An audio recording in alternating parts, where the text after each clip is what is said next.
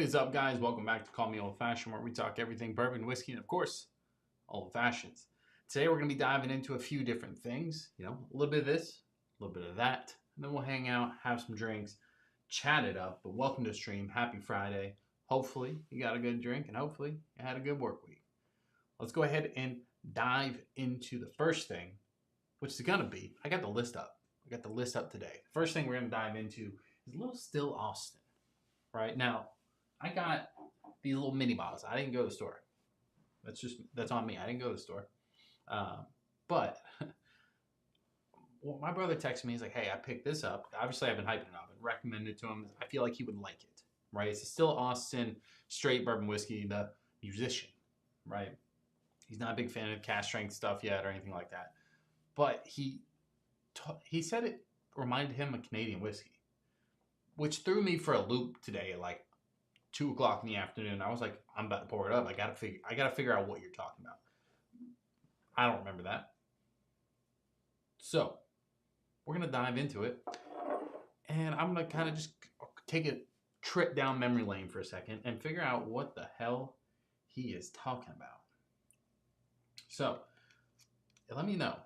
Is he just crazy, or am I crazy? Does Still Austin for some reason taste like Canadian whiskey? I can't imagine that's true, but if it is, I'll be in shambles, to be honest. So let's dive through. Can you guys hear me all right, by the way? The sound is in a different spot this time. So I put it somewhere fancy. It's not on me today. It's not on me. Anyways, let's dive into the nose. It doesn't smell like Canadian whiskey. I think he's crazy. The mic's up here, by the way. So if you see me looking up, I'm just looking at the mic. Vanilla caramel, basic stuff, but got a little sweetness in there from like a red fruit or something. Liz says cheers.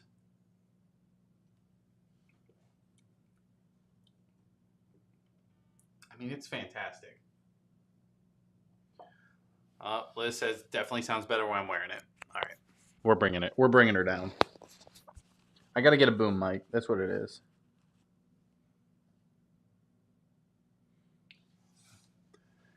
North Florida says howdy, folks. Liz, how's the audio now comparatively? Is it better? I'm looking at the levels. The levels don't look any different. We're getting too far off topic.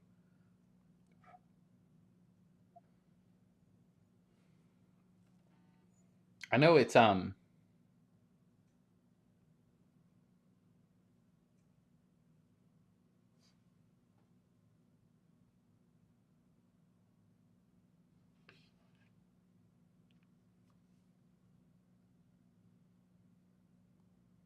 Hold on.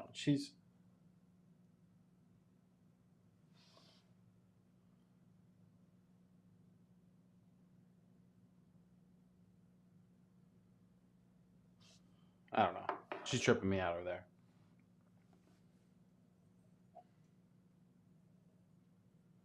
Anyways, back to business. It's definitely got vanilla caramel, little toffee action for a second. I don't know if it's maybe this is a clean blend, but for some reason it smelled a little toasted for a second, like a little graham cracker-esque. But I mean, it smells like bourbon to me. I don't know where he came out of left field saying it smelled like Canadian whiskey. He didn't say it was on the palate. He said it was on the nose. He did. I mean, it was a fresh crack, so I'm thinking maybe like the ethanol kind of threw him for a loop. Because he's not like big into drinking it like this. So when he cracks a bottle, if he goes into drinking neat for like first time in a while, he probably gets a little burn from the alcohol. It's the only thing I can think of.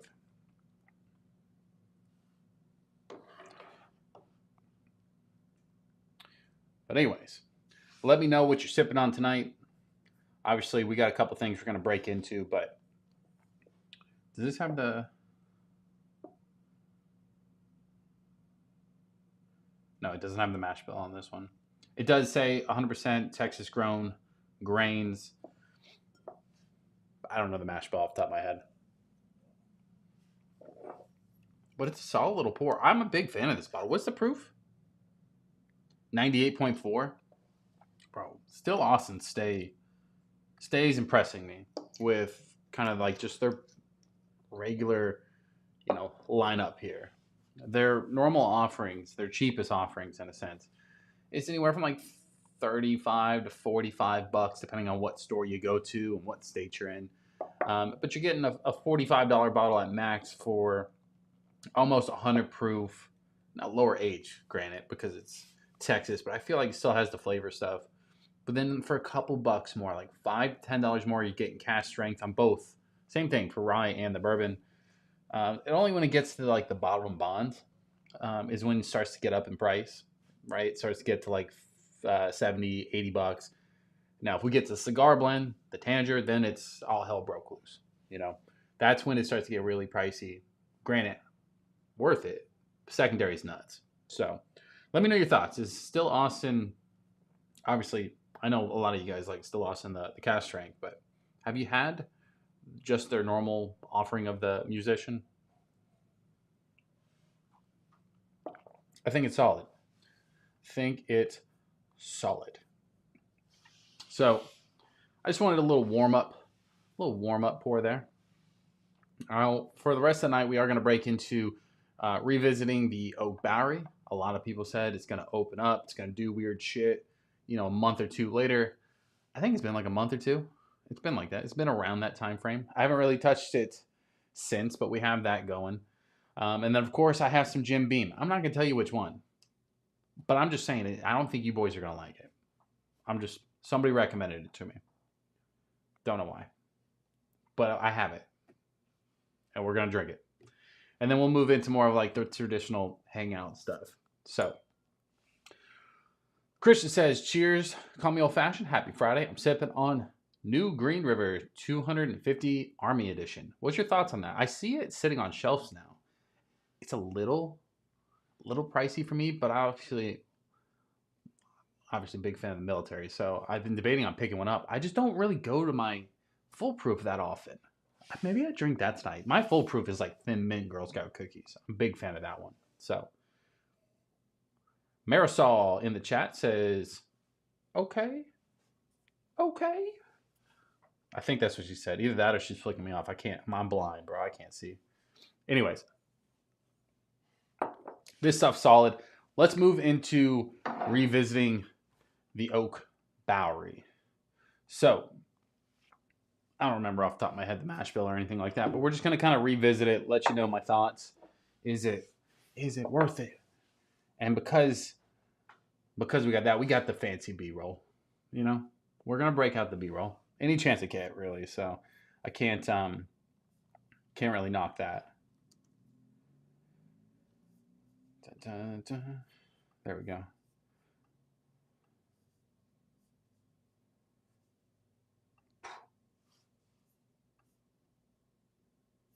There it goes. It's loading a little weird, doesn't it? It is what it is. It is what it is. All right, let's a little sip of water.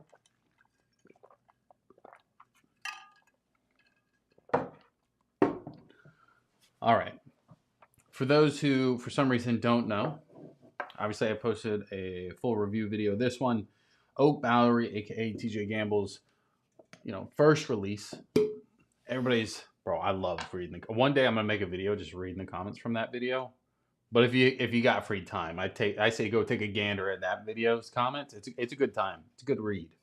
I get a good laugh every time. But I'm here to just kind of rejudge it. Now, I personally liked a lot of the flavor notes, tasting notes in a sense. When I first cracked it open, I like a lot of that harshness though, like from the oak. But a lot of other people didn't. So I'm curious to see if it kind of leveled out. It's going to be more kind of like friendlier to most people now compared to when I tried it the first time. Am I crazy? This thing looked like straight oil for a second.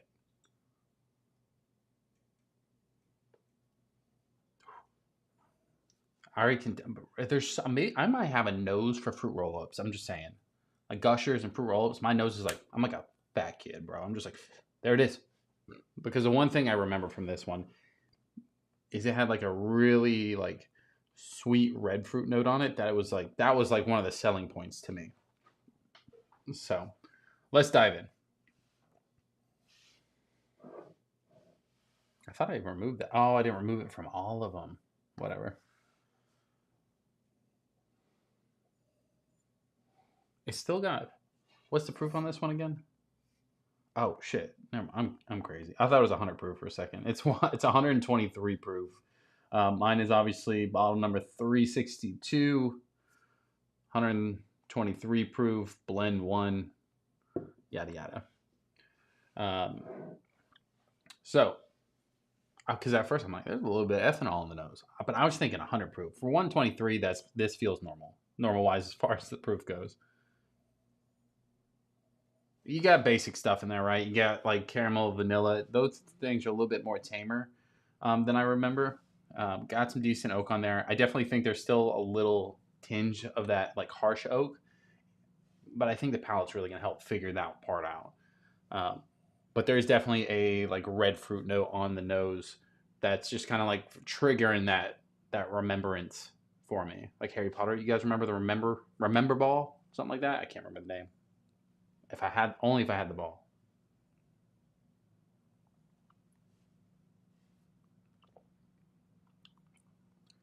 Ryan said, "Hey, have you had J.W. Kelly's cast strength bourbon yet? If not, keep an eye out for it. It's Chattanooga's oldest distillery. I have not, but I also have not I've been good, guys. I've not bought a lot of whiskey. Like this month, even towards the end of last month, I've really been trying to reel it in a little bit because I know we're gonna go crazy, come the holiday season when everything starts really coming out. That I've been really picky on what I'm hunting right now. The top three things that I'm personally looking at, obviously I want the Old Fitz 7-year. I want that one, but I'm not gonna like go out and look at every store every day. Eagle 12, obviously I want that one.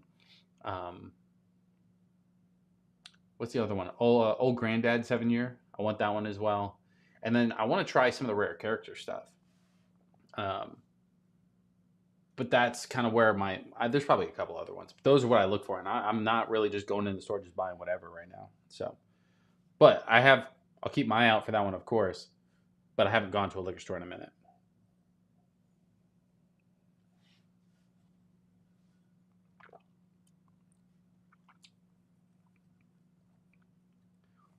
I will say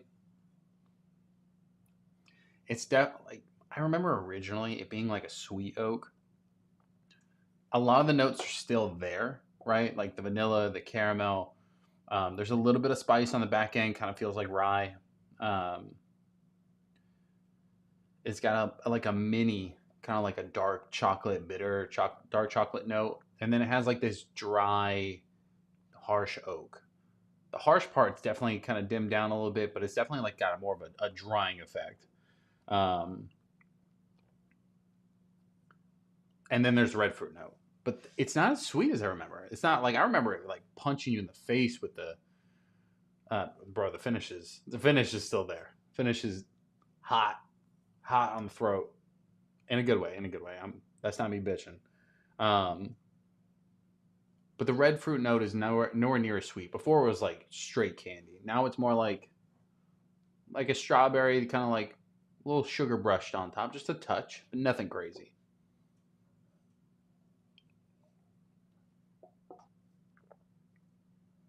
I like it. I don't like it near as much as I did the first couple times.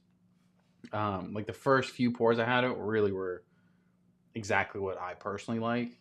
Opening it up, maybe it needs to open up more. Kind of see what it looks like in another month or two, but like it's still good. But losing that red fruit note to not being what it was when I first cracked it, that's kind of a strange thing to lose. So don't know why. But somebody did say add water. Let's do that. This is not the proper water device. Okay, I didn't. There you go. 2 drops. 2 little droppies. Underdog in the chat says, "Cheers, North Florida. It's Jeff. It's me, Jeff." You're not hitting the drop tomorrow? Which drop? Plan on going to the rare character share. Christian says, I like the 250 Army Edition. I get peaches and cream on the nose and a lot of fruit and bacon spice on the palate. See, that's how you sell a bottle. I'm just saying, like, if you ever were like, hey, maybe you should pick one up. A little peaches and cream. I don't even like peaches, but I know I would like it with peaches and cream in a little bourbon. Just saying.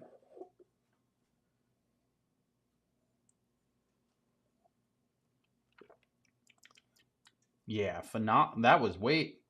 You know, whiskey's so fun, right? You could put 2 little drops of water in a little sip of whiskey, and it completely change it. It took all like the ethanol part away, right, and a little bit of the harshness, and that red fruit came right back. So I don't remember. Did I put water in it the first time? I don't think so. I probably wouldn't have done that.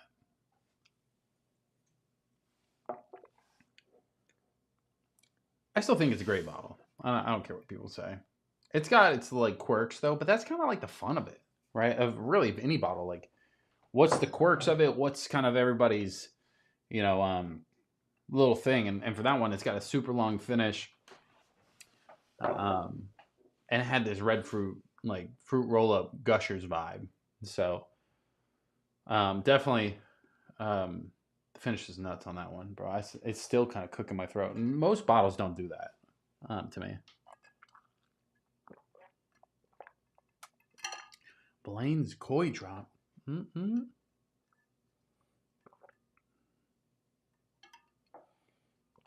North Florida. Rare Bourbon Barnes doing a rare character drop.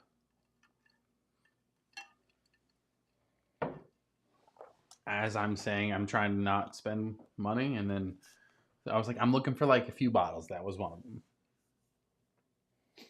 If there's not a barn for the picture on it, though, somebody's dropping the ball. If that's next weekend, I may see you there. I'm just reading everybody else's comments at this point. Ladies and gentlemen, if you're just now tuning in, drop a like on the stream. It does help us grow. We are on the road to 10,000 wow. All right, now this one's got a disclaimer on it. This next little Jim Beam section. I'm at the liquor store, right? And I don't remember what I went in for. I went in for something. I think it was cherries or something. And the liquor store guy would not stop talking, right? We're talking Publix, by the way. He's a nice guy. If he's watching, he's a really nice guy. But he would not stop talking about this bottle. And he's like, I love it. My wife loves it. It's our go-to. And it, now, granted, he's like, I just seen one of your videos. That's really cool. So he was really talking about it. And I'm all about people giving me the recommendations. You know what I mean? But he damn near put this in my cart and made me buy it. Like, if anything, like, I thought he would, like, he pulled my wallet out and swiped my own card. That's how aggressive he was about this. And when I show you the bottle, you're gonna be like, what was he doing? It's a Jim Beam Red Stag. So it's not even like actual, like, what is it, bourbon? It's Kentucky straight bourbon. It's black cherry liqueur infused with Kentucky straight bourbon. Bro, Buddy was adamant about me getting this. He says it's one of the best things he makes cocktails with, all types of stuff. I was like, okay. Like, I didn't have a choice. No, it was like $10. So, granted, he didn't kill my wallet or nothing like that. He even like was like, look, it says rich and fruity. And I was like, all right, you sold me. I'm like, I don't know. I'm taking it. Like, leave me alone. There's not a lot of Jim Beam products that I like dislike, but I have a feeling like this could be the one, but I like cherries, so we'll see. I'm game. I'm here for it. Adam says I like Red Stag. It's not too shabby. I was just kind of giving it shit. Like, if it's actually good, I may have to go back and I'll apologize to that guy. It's 65 proof, so finish probably not going to be as long as the last one. But North Florida says release date Saturday, August 2nd. Doors open at 9 a.m. Only at the Bourbon. All right, fuck me. I'm going to that one. I gotta I literally was just saying I want a rare character, and I can't find it. And I can order some online. I really don't want to do that. Christian says, bro, my aunt had a pint of red stag that she came back to my house for after she left it. Bro, this might be like the hidden gem of whiskeys then, right? Like, because everybody's like all on board with this. And I was kind of like, okay, I literally bought it because I didn't want to see his face when I said no. That's the reason why I got it at the end of the day. It says, sip chilled, straight, mixed, or top with soda. Drink it any damn way you please. Jim Beam's got good marketing. Rich and fruity cherry liqueur infused with Kentucky straight bourbon whiskey. A Kentucky-inspired family tradition. Okay, all right. Here we go. I'm just hoping it doesn't taste like cough syrup. That's actually really nice. Like, well, you got to go in expecting, like, you got to be going in with low expectations. But it smells kind of like fresh cherries. Now, I don't even think I get bourbon. I don't even think I get bourbon at all. Like, I would think it's juicy juice on the nose, right?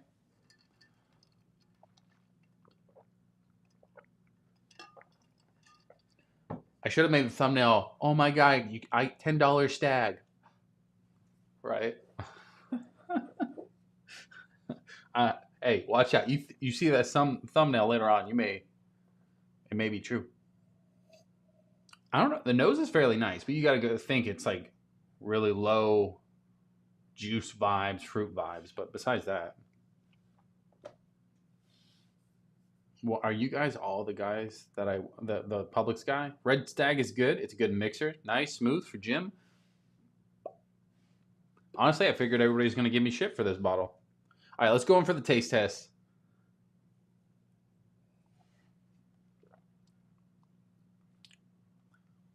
I mean, it's not like whiskey. But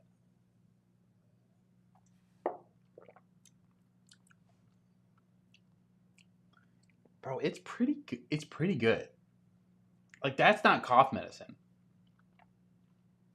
I might have like hyped it up in my own head just now. Hold on.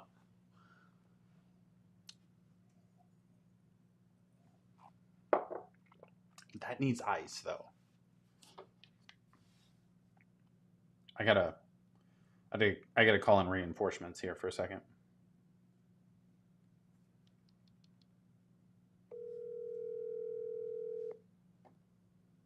Call my lifeline here. Hello? Hello? You still here? Yes. I need ice and the rest of the Sprite in the fridge. Got it. All right.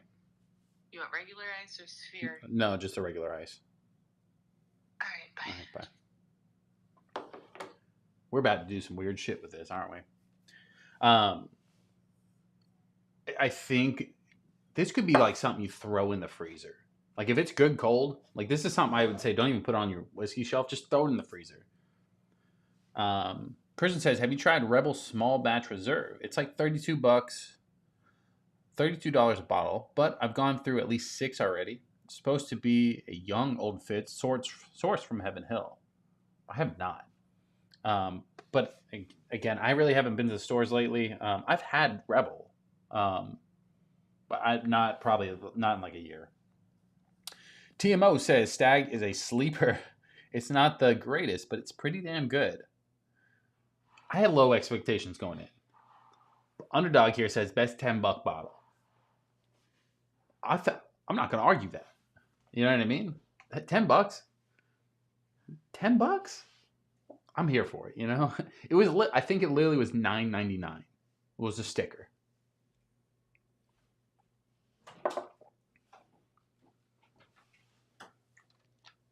We got a little Sprite action and some ice action. Now we're cooking. That's good. All right, hold on. I'm going to try it over ice, and then I'm going to add a little Sprite in it. I feel like this could be like a really bad hangover night is what I'm feeling, you know? Dun, dun, dun. Adam says, that's the way I like to drink it. About 4 cubes of ice. We are good to go, brother. Now I got 4. It's also good with Coke. That's just my opinion. I would guess like a little cherry Coke. I wouldn't argue that. I'm going with Sprite because I want to affect the liquor as less as possible. I think Coke would be a good cover. I think Sprite would be an enhancer. That's my opinion, though. TMO says Elijah Craig Rye is very nice as well. Yeah, absolutely. I mean, we're drinking a lot lower price range than that, but yeah, I hear the toasted rye is phenomenal. Joe Waters in the chat says, ahoy! I didn't have a hamster. I didn't get a hamster, my bad. I would a little, you know what I mean? He says, thanks for showing to my stream. Love your content, man. Appreciate it. Bro, it was cool. I'd like very rarely find people live on YouTube that late. So when I saw you guys, I just decided to watch a little bit, hang out. I thought it was hilarious. I literally was dying laughing when your phone died. I think your phone died. The bourbon guy says, has anyone tried Conviction Double Oak Bourbon? Best double oak you will try. Those are big claims over here because we like double oaks. I will say, I'll drink it after this, but the Barrel Foundation Double Barrel 5-year age, I don't even like to say those words. It may be better than the Woodfords. Just throwing it. I just got to throw it out there. Just, it may be better. Like Woodfords, Barrel, Peerless, they're all very close, but it literally has such a close taste profile to the Woodford's Double Oak, and it has more proof. That's why I said that.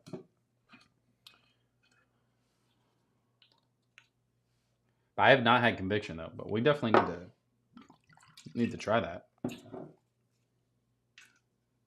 He definitely died. That's hilarious. And then he got the other guy got kicked off, like mid hype video. It will smoke the barrel. All right. I'll find one.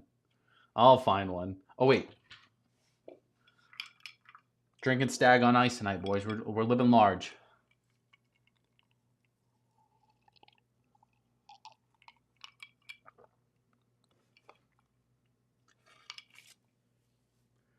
My mustache is getting a little long.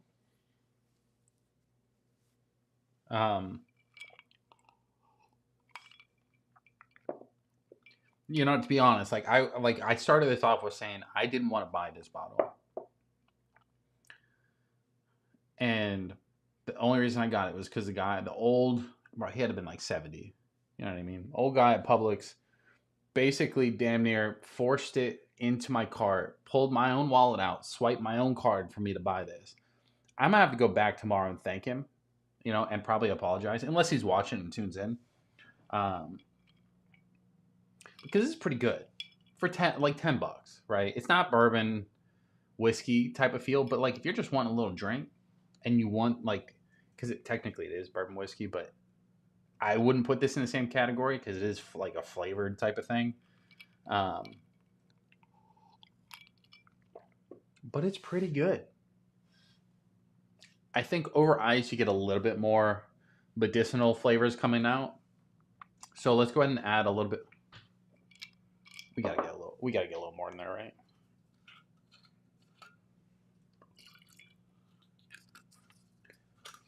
It's what is it? 65 proof. So I think we could probably drink this whole bottle and be okay. That might have been too much. That's on me. But if this isn't cherry spray, I'll be pissed. All right.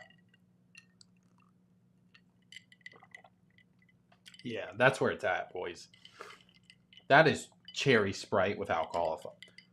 Bro.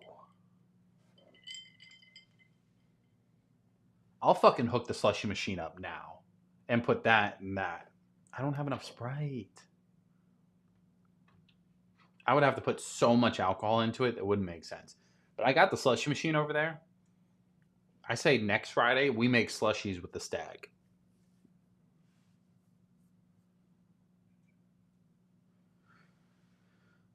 Joe says use, I can't pronounce it, Schweppes for mixer ginger ale as well. Or ale wise. Bro, it's all like half. I need to stretch this out. The best ginger ale, in my opinion, hands down, is Fever Tree. Their ginger ale, it's like spicy ginger ale. It's good. And I put that, my favorite whiskey ginger is like so off the wall expensive that it doesn't even like, shouldn't even be a drink. But the Jack Daniel's single barrel proof, 135 proof with Fever Tree ginger ale is phenomenal. That's all I drank the whole NHL playoffs. Every game I had 1 to 2 of those drinks. After like the second couple games, like second or third games, it was part of like the ritual because I didn't want us to lose. But it was still phenomenal.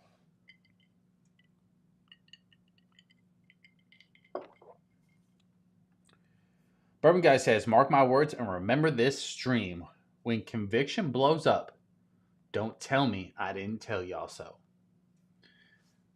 Well, I pulled it on the screen so that way you can come back and you'll be able to screenshot this and be able to talk shit to everybody. Today's date is July 25th, 2025. Is roughly 10:18 p.m. Eastern Time. So, when it blows up, you come tell me. But hopefully I find it before then. Joe says Beaver Tree's amazing. Fever Tree? A little Beaver Tree? I have a buddy send me some to Maryland.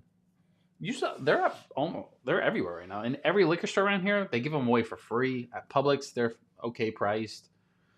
But single barrel 39, that's crazy. Underdog, what are you talking about? Oh, wait. There is a 7-year conviction here in South Carolina that shelves for $39. Oh, I missed one. Aladdin says, recently I've been mixing Canada Dry with my lower quality whiskey. Nothing wrong with that. You know what I mean? Like, obviously it's your whiskey. You drink however you personally want. But at the end of the day, a lot of people I know like to make mixed drinks and stuff like that. Around here, around me personally, there's not that many people that like to drink it neat like I do. So, I missed another one. Christian says, we getting a Red Stag single barrel? Bro, can you imagine?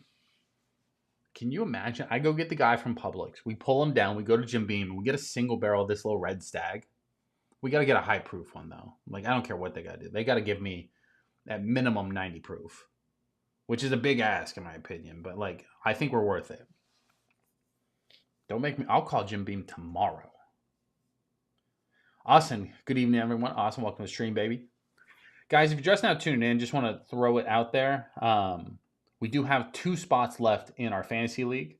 The last time I checked, there could be less, but let me pull it up. No, 2 spots now. If you want in the fantasy league, it's free. You can join in. It doesn't matter who you are or what you do. You got to be active though. Like don't just not be active in it. No buy-in. 12-team league, full PPR. Winner is going to get the Fancy Dancy Championship ring. It's in the Discord. You can see it, or you can see it in the chat of the Fantasy League. And on top of that, they're going to get a year subscription to Blind Barrels. If for some reason I can't have that shipped to your address, then I'll give you a cash equivalent or a gift card to it. Whatever's easiest for you guys. So at this point, it's first come, first serve. So if you want in, go join. There's 2 spots left. If it's full when you get there, I'm sorry. Next year. Aladdin says, fair enough. Fair enough. Hey. To be honest, like the Fever Tree stuff, like I know I talk about it a lot, like comparatively from my mixed drink stuff, but I like it because it is less sugar. It feels... I don't feel like the organic version of everything because I really don't care for soda. Like Sprite, like this is rare that we even have Sprite in the house. I just dropped the cap. I don't drink soda like that. The only reason I have this is because we got the slushy machine and I was testing out every different soda in it to see like what made the most sense. So that was just like a test run type of thing. Austin says, how do I get in? Just copy that link. Or you can go to my channel and then go to the posts. It should be my most recent post, and the link's on there. But yeah, get in there, Austin. Joe Unfiltered, the legend. Joe, that was you last night, right? Or whatever night that was, like 2 nights. I think that was last night. Was that you in? Were you? Wait, is everybody's name Joe? What the fuck is happening? Joe Unfiltered was in Joe Waters' stream. I'm lost at this point. Don't just ignore me. Underdog says, enjoy, gentlemen. Deuces. Underdog, appreciate you stopping by. See you at the Bourbon Barn eventually. Christian says, I heard James eat pepper bourbon with root beer is fire. I'm about to try it. Definitely let me know that. I love a good root beer. But I'm very picky with the root beer too. You know what I mean? Like, I love a good craft root beer. But again, like, I'm not big on soda. That's why, like, I'm kind of picky. But I know when I had the bourbon cream from Buffalo Trace, the what was it called? I guess Buffalo Trace makes its own root beer, and you mix it with the bourbon cream, and it makes like a phenomenal drink. Not 100% sure on that, but I believe that's what everybody told me.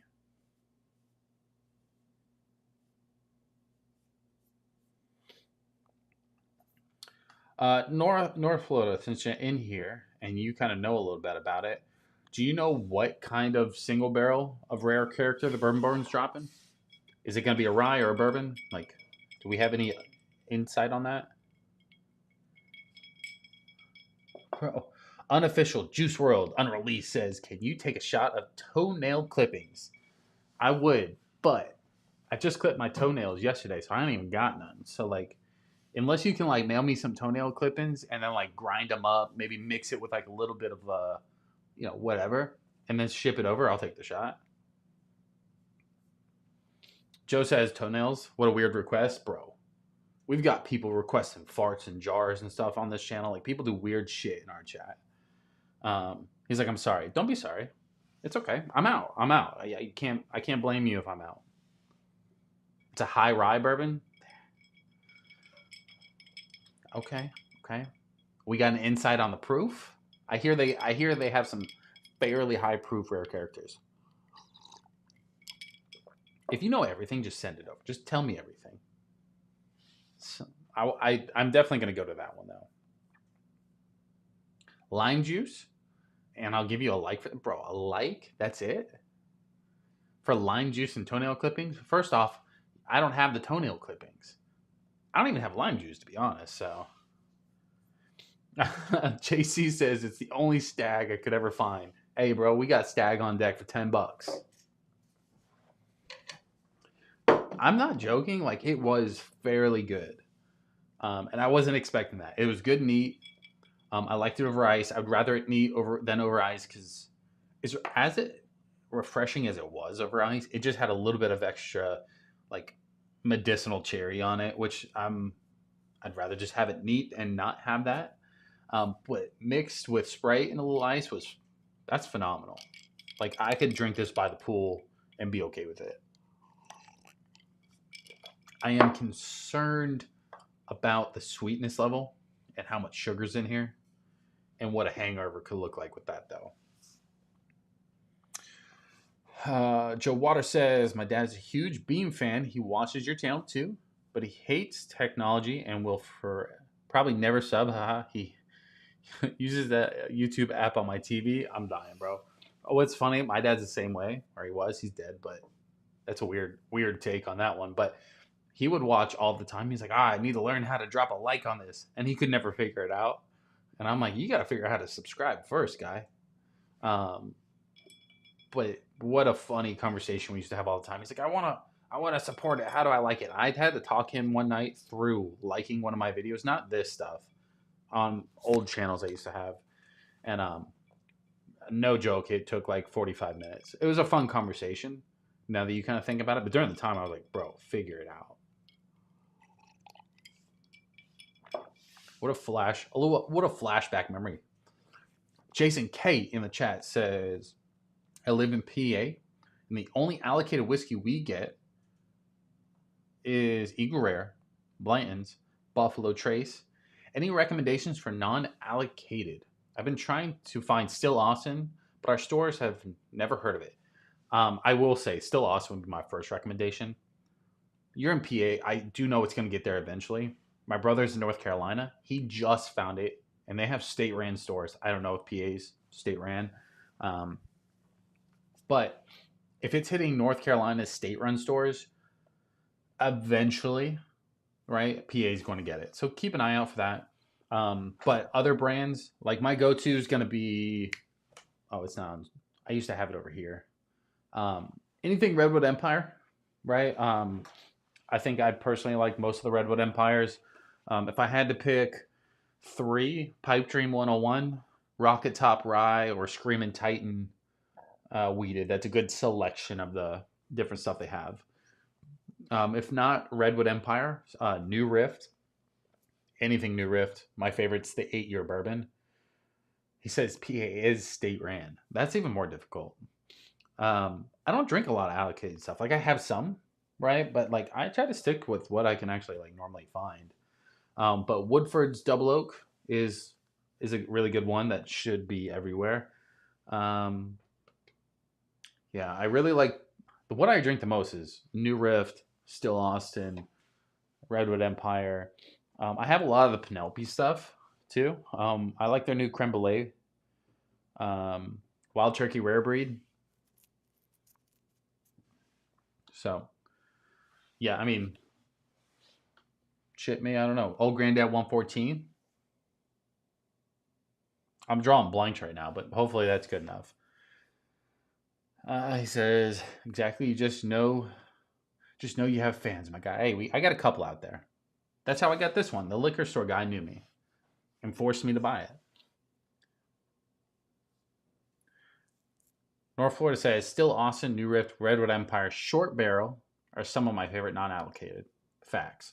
I haven't really had too many short barrels I would like praise the end of the world about, but I have had their Double Oak, like a sample. I don't own one, but it was a really good sample. Unless you're like into like super sweet stuff, the Bee's Knees and Sapsquatch are great. Joe Waters says Pipe Dream Cask Strength. Nah, even me, like I have it. I almost never drink the Cask Strength. The Pipe Dream 101 is so much better balanced. It is a little bit lower proof, but the flavor is so much more. I don't even know how to describe it. It's just better. And it's like $30 less. So the Pipe Dream 101 is my favorite out of all of them. Chase in the chat. North Florida says Four Roses single barrel. Amazing. Depends on the barrel. That's true. Four Roses single barrel, though, a lot of times would blow a lot of people's socks off. So I'm here for it. Chase says about time for a JoJo live. Bro, they were live last night. I think it was last night. Jason says, appreciate it. I'll check those out. Definitely.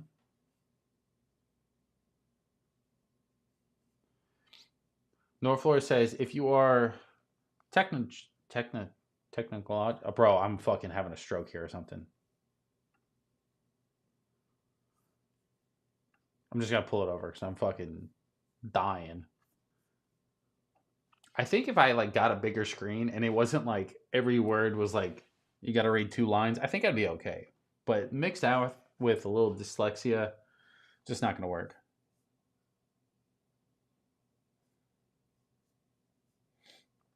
Christian says, J. Riger is one of the best low-proof bottles I've had. Working on my second bottle, I have put it on par with Jack's Single Barrel, 94 proof, and Woodford's Double Oak. Okay. I like that. Those are 2 phenomenal bottles, too, so. What else would I want? I wanted to drink something else tonight. What was it? Let me pull over a couple. I'm about done with this. I'm more nervous I'm going to get a hangover with this because of how much sugar is probably in there. But it was good. So let's move into our last little phase here, a little hangout. that was a phenomenal mixed drink. Let's put the Green River Full Proof on deck. Put the Barrel Foundation on deck. And I need something else. I need one more.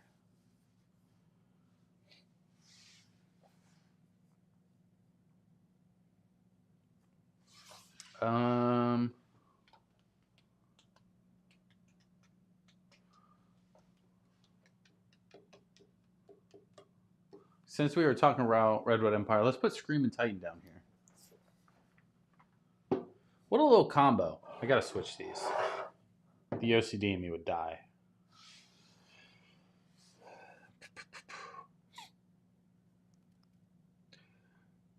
Joe says, I saw some people mention James Pepper earlier. That bottle is slept on here. It's kind of slept on here. I don't own one, so I'm sleeping on it too. But every time I go to Total Wine, I see it. I hear good things, but I don't hear like great things enough for me to like run and go buy it. So yeah, that I really have been trying to be better and not buying as much whiskey as often. Because I got a lot of balls in here, and I can promise you, I don't have a review video for everything in here. And I should. That's how you maximize your money per bottle type of thing, right? That's what I tell myself.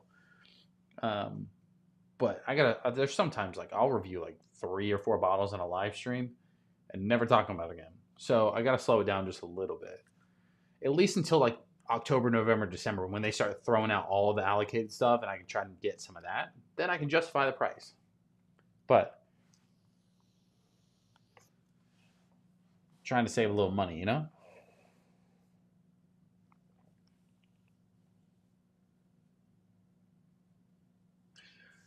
Joe says, Chase, it's you too, man. Even all the notifications, they suck. Bro, I never get notifications for anybody I'm sub to. It just doesn't happen.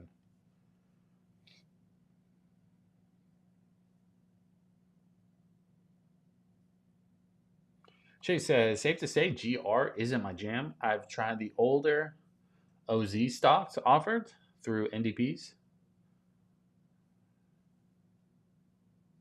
He cracked his Jack Daniels 14. Hell yeah. I don't have the 14. I have the 10. I can't even find any of that stuff, so. I'm not dying to get a 14. I would like a 12, though. I'd rather have a 12 than a 14 right now.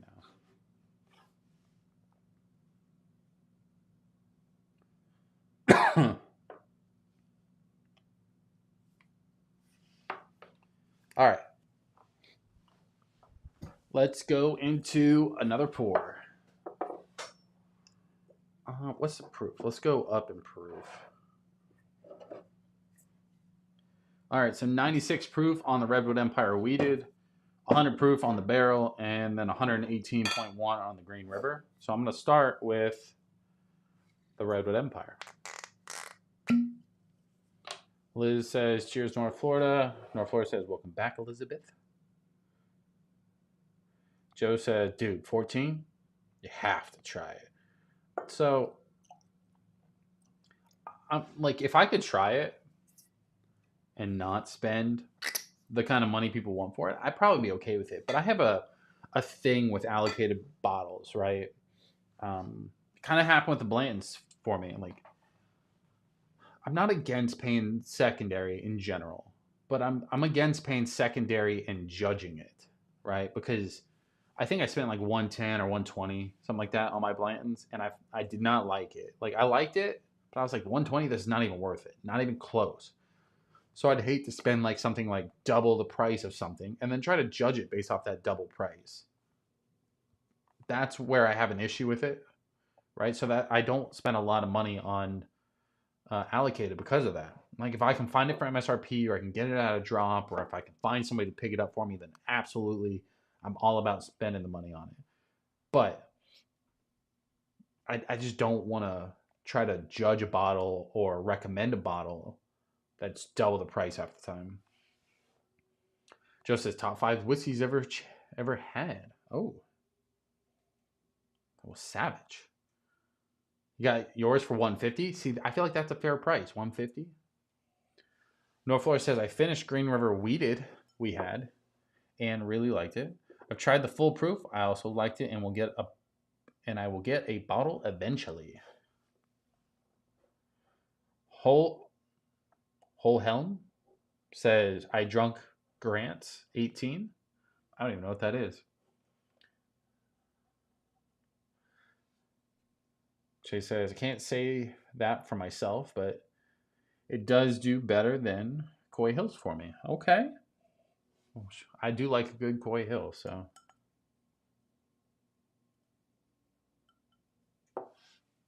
Joe says, you have to ignore prices if possible, when sipping Glencairns.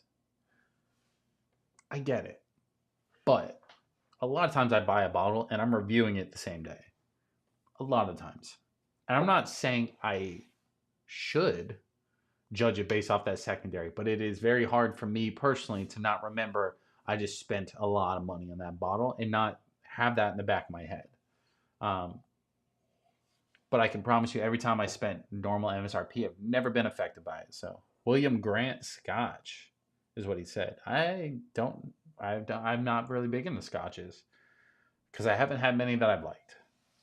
I'm sorry to let you down. North Florida says, I've turned down Eagle Rare 12 for $200. No regrets. The secondary on Eagle Rare 12 is blowing my mind. I saw one the other day, and they posted it like, look what we have. It was for $3.99. I don't know if anybody doesn't know this, but Eagle Rare 12 is $49.99 MSRP. For somebody to advertise it for $300 is actually kind of crazy to me. Like, I get, like, somebody's stupid enough to buy that. But, like, you know what I mean? Like, that's crazy to me. Like, I would buy one right now for $100. Like, if somebody said, I got 12 for $100 all day, I'm going to buy it. But the longer it goes on, the less I would do that. The only reason I would do that now is because I want to make a video on it. And I want to have it a little bit earlier than most. But a year from now, I'm not spending $100 on a $40 bottle. You know? Just like the other Eagle Rare, I'm sure it's just as good. It's about the same price. I'm okay with like 60 to 70 for the Eagle Rare 10. I probably go 70, 75.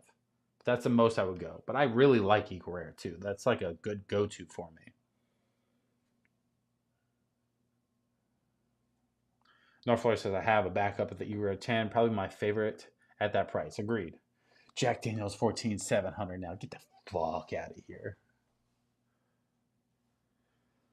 Jason says, what do you think of Heaven Hill barreled, or he meant bottled and bond? Phenomenal bottle. I love Heaven Hill. I like calling it Haven Hill, though.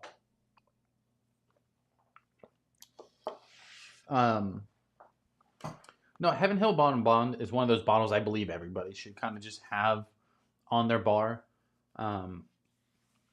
It's like a good staple bottle. It's good in old fashions. It's good neat. So I really can't find anything too wrong with that.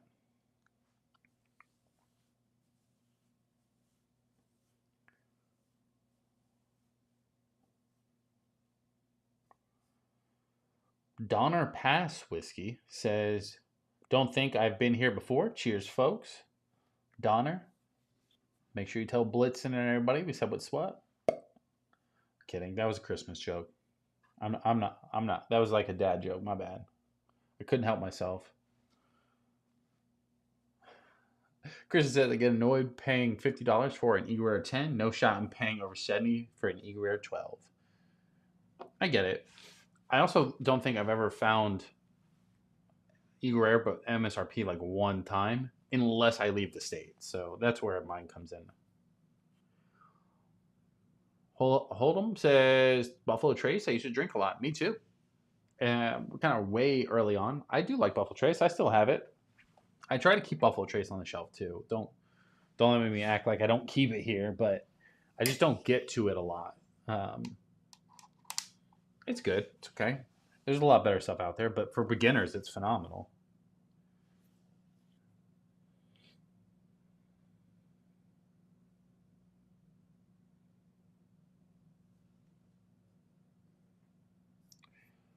Anyway, let's chat about this bottle real quick so we can move on from it. So I've had this bottle for, let's say, a year. It's probably been a little bit less.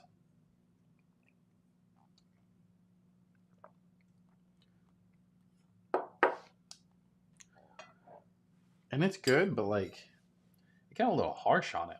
Mash bill on this is 4% malt, 5% rye, 61% corn, and 30% wheat. This is batch number 2, 96 proof. Again, they're wheated bourbon. Now, quick little backstory. I hunted the Screaming Titan for forever. I just knew like that was going to be the one I liked. And when you go to choose which one I think I like more out of the small lot series, it's the Screaming. No, I'm sorry. Devil's Tower is the one I think is better. It's their high rye bourbon. It's a really good pour. It's different.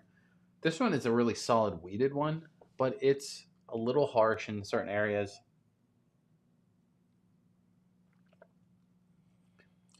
Like it's good. Don't let me try to knock it too much. It's good, but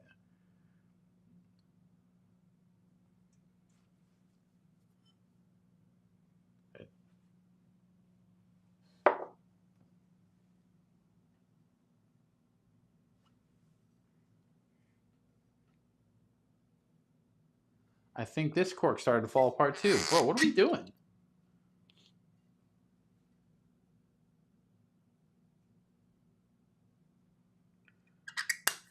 I don't know. It's crazy.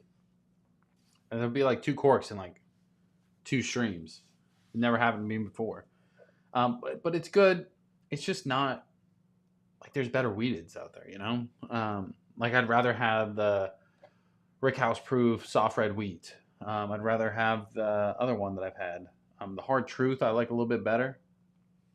Like it's good.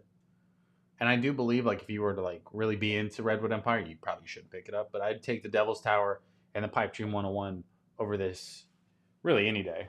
So let's keep her moving. Back to the chat. Chase says, "What's the weather like in Maryland, Waters?" Holmes says it's one of the most cost-effective for quality bourbons in the UK market locally. Are you in the UK? Is that where you're at? That's fucking cool. What time is it? Northflush says, "I really like the Dragon Con from Old Forth, short barrel. Hoping they don't sell out before payday, I'll get another." Okay. I'm here for that. Megan in the chat says hi. Hello, Megan. Welcome. Joe Water says, "Joe Unfiltered struggles with corks too. It's his bad juju." I swear we're cruising into year 3. I don't know how long I've been doing this now. And I've literally talked so much shit about synthetic corks. I love regular corks. There's just something about it. Something about regular corks that really just get me going, you know? But I've never had one break. And I've still never had one fully break. But I had one chip a little bit in the last stream, and I was like, what are the odds? And there's either something in my bottle or this cork kind of crumbled a little. I'm really good at flipping them over, right? I set these things over like at least every 2 weeks. Ooh, okay. Real cork. But I'll blame him any chance I get. Like, I'm here for that. This is a really solid feeling bottle, by the way. I think I'm a Big Barrel fan right now. I've only had one bottle of theirs, but I think I'm on board. They need to send me some samples. Barrel, what's up? Hook your boy up. I'll take a fancy photo of it or something. It says, yes, about Buffalo Trace, 3.45. I am 3:45 a.m. I'm the UK. Bro. Guys, just a little story time about me. I'm kind of dyslexic. I make it happen, right? I can read some. But when you guys type like that, I have no shot. He says, yes, about Buffalo Trace. Okay, I get that. Hell yeah, about Buffalo Trace. I think he tried to say the time. Said 3:45 a.m. And then he said, I am UK. What? So just put me in a blender. You know, shambled me up. My soft baby hands. Okay. That's the unfiltered part, you know? Christian says, did you like the holiday Rickhouse proof? Yeah. So I had the holiday Rickhouse proof as part of the blind barrel set that was sent to me. Remember? I remember I said it was like, oh, this feels familiar. And it was I don't remember which one, but it was good. I liked it a lot. This set that they sent me was curated fucking basically for me. It felt like it was phenomenal. A high proof stuff, all craft bourbon. It just really it hit home. It was a good box. Joe says my opinion is holiday is overrated. Soft red wheat is decent, but meh. I realize you didn't ask me though, Christian. LOL. Hey, I love that you guys can chime in your own thoughts. That's what we're here for. I personally do. I'm a big fan of Ben Holiday. Ben Holiday, 6-year age soft red wheat, just a Ballroom Bond. I literally keep that on the shelf so when I want to drink something that I know is decent but doesn't have any thought put into it, like I don't have to think about tasting notes or anything, I usually grab that. He says, in the UK, my bad. You're good. I got to give you shit sometimes, you know? But I was straight. I was like, I don't know what. I don't know where to go from here. It had me in a blender. All that lotion. Kyle in the chat says picked up 2 Buffalo Trace half gallons today for $95 out the door. After work, gotta love truck day. Finding a good liquor store right after a truck hits is always like that's always a good feeling. Um, I don't know that feeling because that's just not like you know what I mean. I walk in a store and they go, "We got a truck 3 months ago. What are you doing here?" But every once in a while, you find a store that's decently stocked. You're like, "All right, here we go."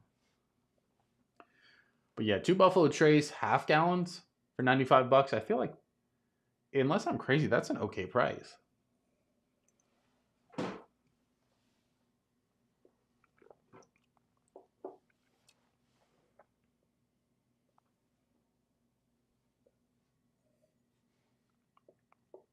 I think my palate's a little shot right now. What the fuck did I drink?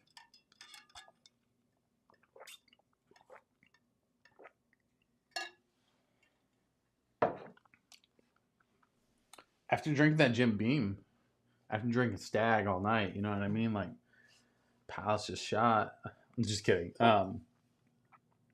Made the 12-hour overtime day even better. That's crazy, first off. But I get what you mean. Like, if you work a little overtime, finally get rewarded, I'm here for it. You deserve it. Kristen says, oh yeah, I forgot. That was one of the samples from the blind barrels. Joe, love the soft red wheat. I'm going to go pick up the Rick House proof next. I think the Rick House proof is better than the regular soft red wheat for like normal people that are really into bourbon. But I think Ballroom Bond soft red wheat is like very approachable for somebody that's looking to get into something wheated. But Jason says barrel. I know, but like what I meant was is the last 2 pours were kind of harsh. Like it felt a little weird. And nowhere near what I remember them by. So I was like, what did I drink before all this that made my palate a little crazy? Because I drank the barrel earlier, and I was like, this is phenomenal. But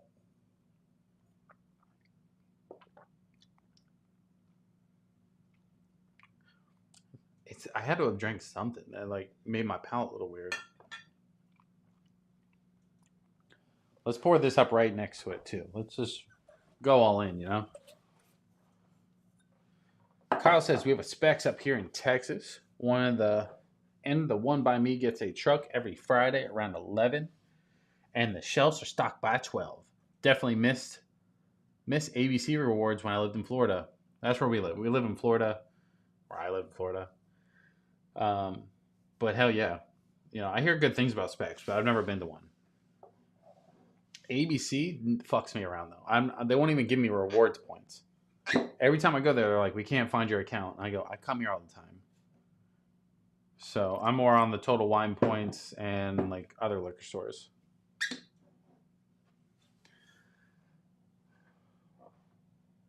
Jason says, what's your take on that barrel? I got a little hot take for you, Jason. So I drank this last week. Right, I'm going to slide these back for a second as we talk about Old Barrel here. So I opened this last week. And I was just like, this would be fun. I always pass on barrel because I have an issue with their labeling, right? You can never tell what you're drinking. If a shelf has like 15 barrel products on it, you don't know the difference. You know what I mean? But I can tell when something's double oak when it says double barrel. I'm a big fan of double oaks in general. So I said, I'll take a risk on that. Plus, somebody labeled this for $35 or $34.99, I believe it was. And it was on a discount. And I was like, okay, I'll buy it. It's normally $55, so I definitely think somebody messed up. But it is a 100 proof version, 5-year age, or at least 5-year age, it says. And it's phenomenal, bro. I've tried it right up against the Woodfords, and I tried it up against Peerless. I think it is very similar to Woodford's as far as flavor notes go, but it is a little bit higher proof. Similar price. So, again, it was one of those ones where I'm like, you can sometimes say it could be better than the Woodfords, depending on who you are. Peerless is better notes, better proof, but the price is so all over the place that you kind of go like, I'd rather go a step down and have consistency. So, I like it. Eventually, I'll do a giant blind of double oaks and we can really put it to the test. But I drank it side by side. I probably would go with barrel right now.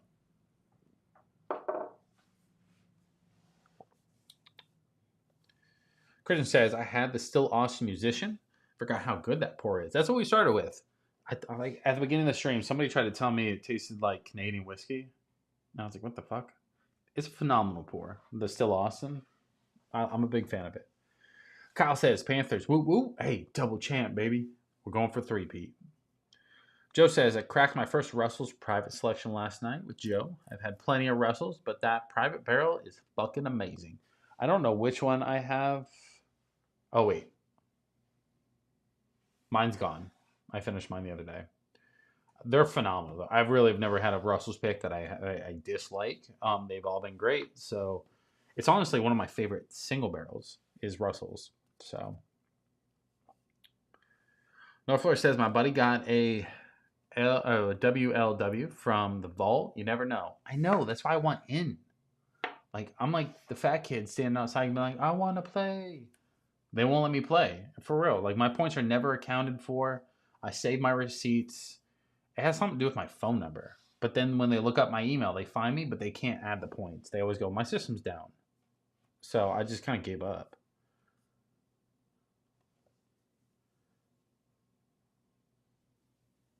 Joe's going to trade his double oak. I actually like the double oak. That was like my number one bottle for like forever. I was hunting. I like made a hype video about it and everything too. Go to look at it on my channel. I was hyping that fucker up. And then they mass released it. And on the day I released my video. Heartbroken. Jay says, what's everybody's favorite bottle of 2025 so far? I'd love to know that too. That's a great question. Jason says, I'll check out my local liquor stores, just getting started. Kyle says, pipe dream cash trades, but mainly for the memory of cracking with my grandpa. Okay. Why don't you just put everybody in shambles tonight, Kyle? Let me take a quick peek around. Favorite bottle this year. So I have a weird way of thinking about this. Oh, Jacob in the chat says, there he is. Missed you last week. I think I was here last. Oh, I went live on Saturday last week, boys. That's my bad. That's on me. I'll take that. Take my lumpins. Robert says, glad to catch another live. Just picked up Woodford's Double Oak. Store pick because how much you recommended the regular Double Oak. Bro, I love a good Double Oak. What do you think of the store pick? I have yet to find a store pick. I'm not going to order one online because I'm not paying shipping, but let me know what you think of the store pick. Because if so, I gotta get on that. By the way, boys, if you haven't already, or if you don't know already, I'm going to chime this in one more time. We do have a fantasy league going on. It's our second year. We have 2 open slots as of right now. Um, the link is on. I can just post a link. Fuck it. Make it easier. I'm going to drop the link. I have 2 slots. There's no buy-ins. Winner's going to get a championship ring. You can see that in the fantasy chat, along with a year subscription to Blind Barrels. I'm just giving away shit. We may do other stuff during the year, but if you want to join, make sure you join in. 2 slots, first come, first serve. So once those get filled, hopefully they get filled tonight, and I'm going to do the draft order. I'll do the draft order live. But let me see. Favorite bottle this year so far? Oh, what I was saying, because I have a weird way of thinking about this. There's some bottles I got this year that are a 2024 version. A lot of people are like, oh, you have to get the 25 version to be able to speak about it. No, not me. Here, I can just go the best bottle that I've tasted within this from January to New Year's, And I think it's pretty well known that like these 4 that you can't see because all my stuff's in front of it, but my Still Austin Tanger, my Jack 10, the Russell's 15, and 13th Colony are like my favorite pours this year so far. I probably would go Still Austin over all of those. That's a wild take, but they're phenomenal. Besides that, like, what could I go with? I have so much dumb shit in here. I don't know. Mega says, Winn-Dixie Liquor Store on San Jose has a store pick of the Double Oak. What? Well, Winn-Dixie has a store pick? How'd you know it's on San Jose, though? That's a little weird. Well, you live next door? I mean, shit, I could swing by there tomorrow. I may have to do that. Christian says, last week, it was a live stream for watch the fights. Yeah, that was a good time, though. That was a good time. I forgot last week was the fights, and that's why I didn't go live on Friday, so I went live on Saturday. Northfloor says, found batch 1, Jack 12, sitting on it for now. Rainy day fun. There you go. Chase says, doesn't have to be this year's release, just what you've personally had that's new to you in 2025.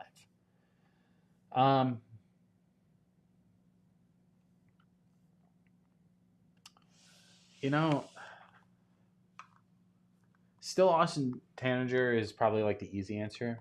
That one's probably my favorite pour I've had in a long, long time.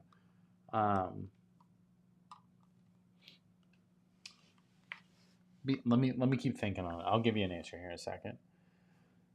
Jacob says, a couple weeks ago, I said I wasn't impressed with Penelope Rosé. I was a bourbon on the rocks kind of guy until I tried the Rosé chilled. Neat, so much better. There you go. I remember you. You want to know a weird way? I remember because your photo doesn't fill the circle. You have on my side it pops up a circle, and yours is like cut off. That's how I remember it. And your name, but whatever. Yeah, I mean the Penelope creme brulee was phenomenal pour this year, but I don't know if it's my favorite of the year.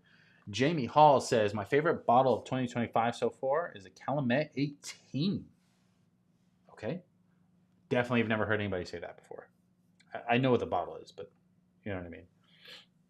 JC says, sorry, haven't been saying anything. Been listening a while. Folding work clothes, regular clothes. Hey, I get it. But I appreciate you having us on in the background.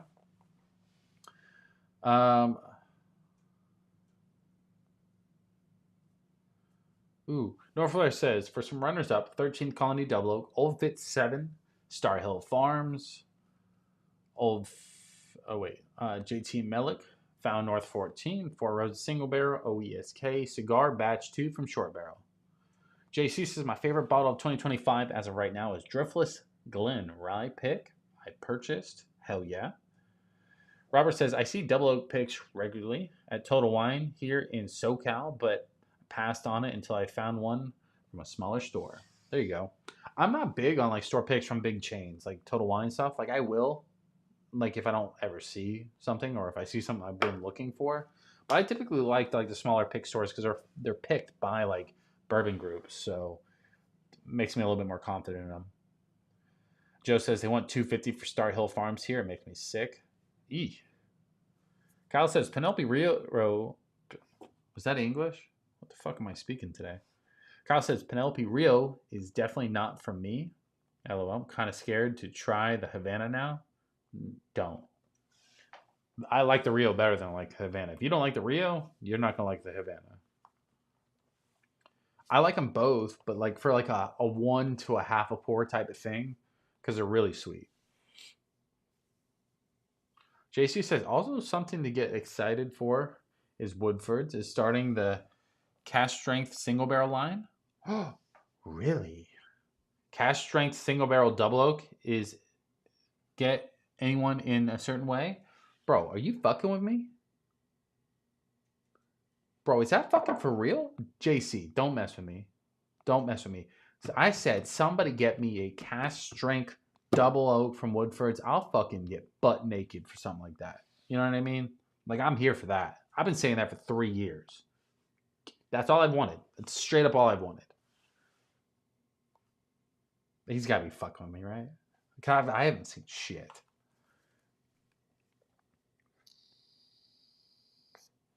Megan says, the one near Hendrix, the dedicated liquor store. Huh? I've had no idea you lived near there.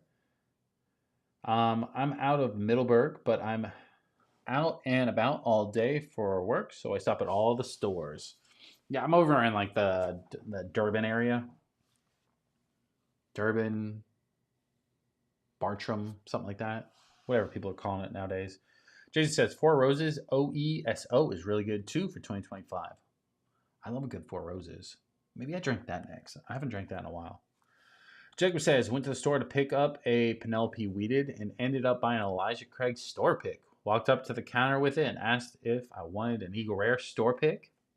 I said, hell yeah. There you go. Now we're talking. North Florida says, I don't know. The store owner will pull up wooden cork or whatever. Tell me why he prices things that high. Jamie says barrel foolproof is pretty damn good. I have that on order. I bought one of those sample packs on their website, so I'm excited to try that.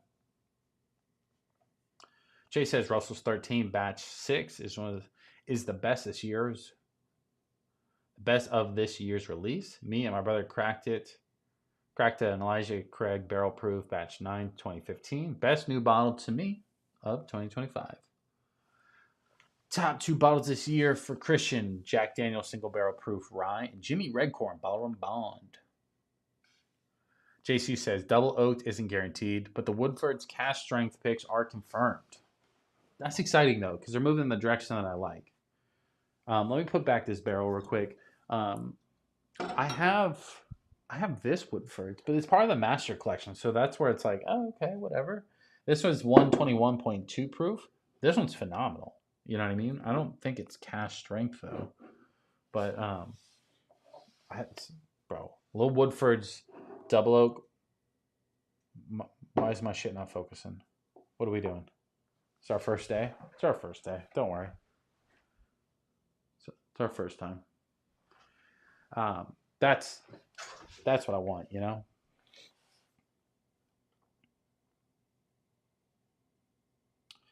Kyle says, laugh my ass off. New channel, Old Fashioned 92 After Hours. That's called the Discord, you know? When we get a little too lit, you know, and eventually we end up in the Discord, that's when we get a little ricey-dicey, you know?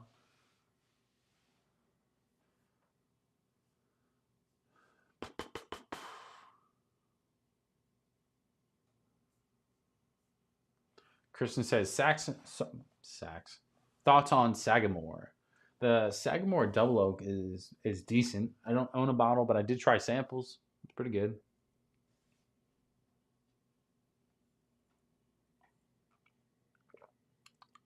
There we go. My little thin mint thing. Green River Foolproof. Let's put this back. Let's do Four Roses. Four Roses sounds phenomenal right now.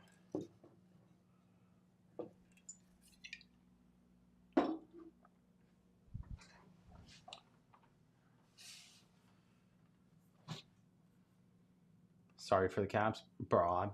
I talk in all caps. I don't. Oh, you're good, bro. Don't say sorry. Last Saturday, I went to a buddy's house. He made me a old fashioned with Woodford's Reserve, old fashioned cocktail syrup. It was really good, bro. My go-to old fashioned syrup, hands down. You know, it's so consistent that it's really easy for me to like judge old fashions when I use the same syrup every time. It's cheap, easy to find. I'm here for it. So Kyle says, "Oh, what is your dream pour?" I don't know.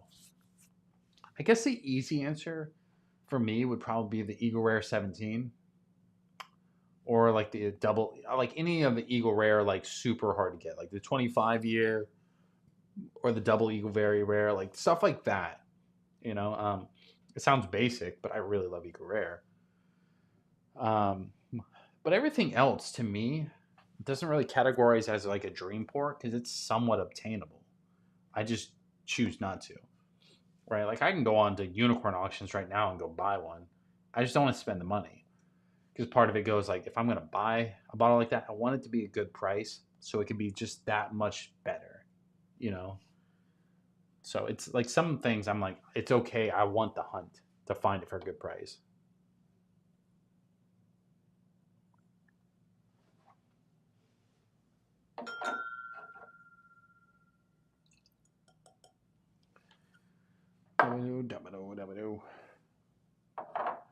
Let's see.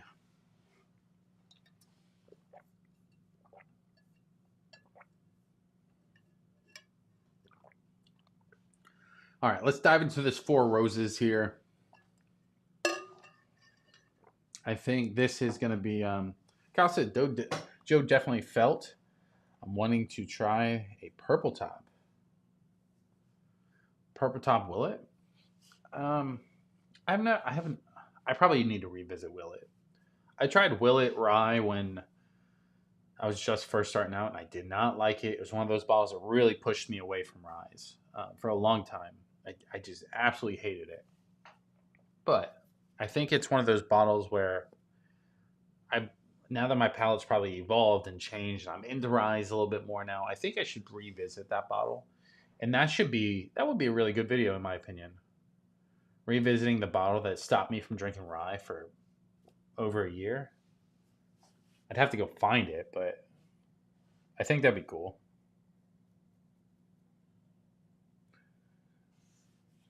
Joe's making us feel bad for indulging. What? Joe says WLW with a favorite athlete sounds like a dream.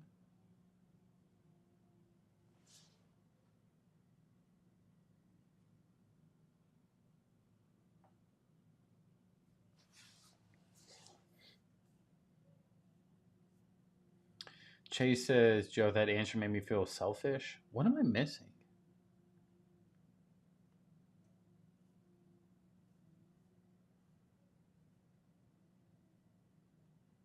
Oh, Joe says, my dream pour would be with people, not necessarily the bottle.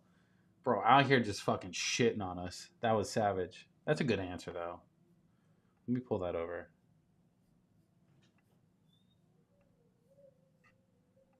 That's a phenomenal answer. You know, it's not always about the bottle. It's about who you're drinking with. You can drink really shitty whiskey with good people, and it'll just make it that much better. You know, unfortunately, we don't have a ton of good people around us. Sometimes we need the good whiskey.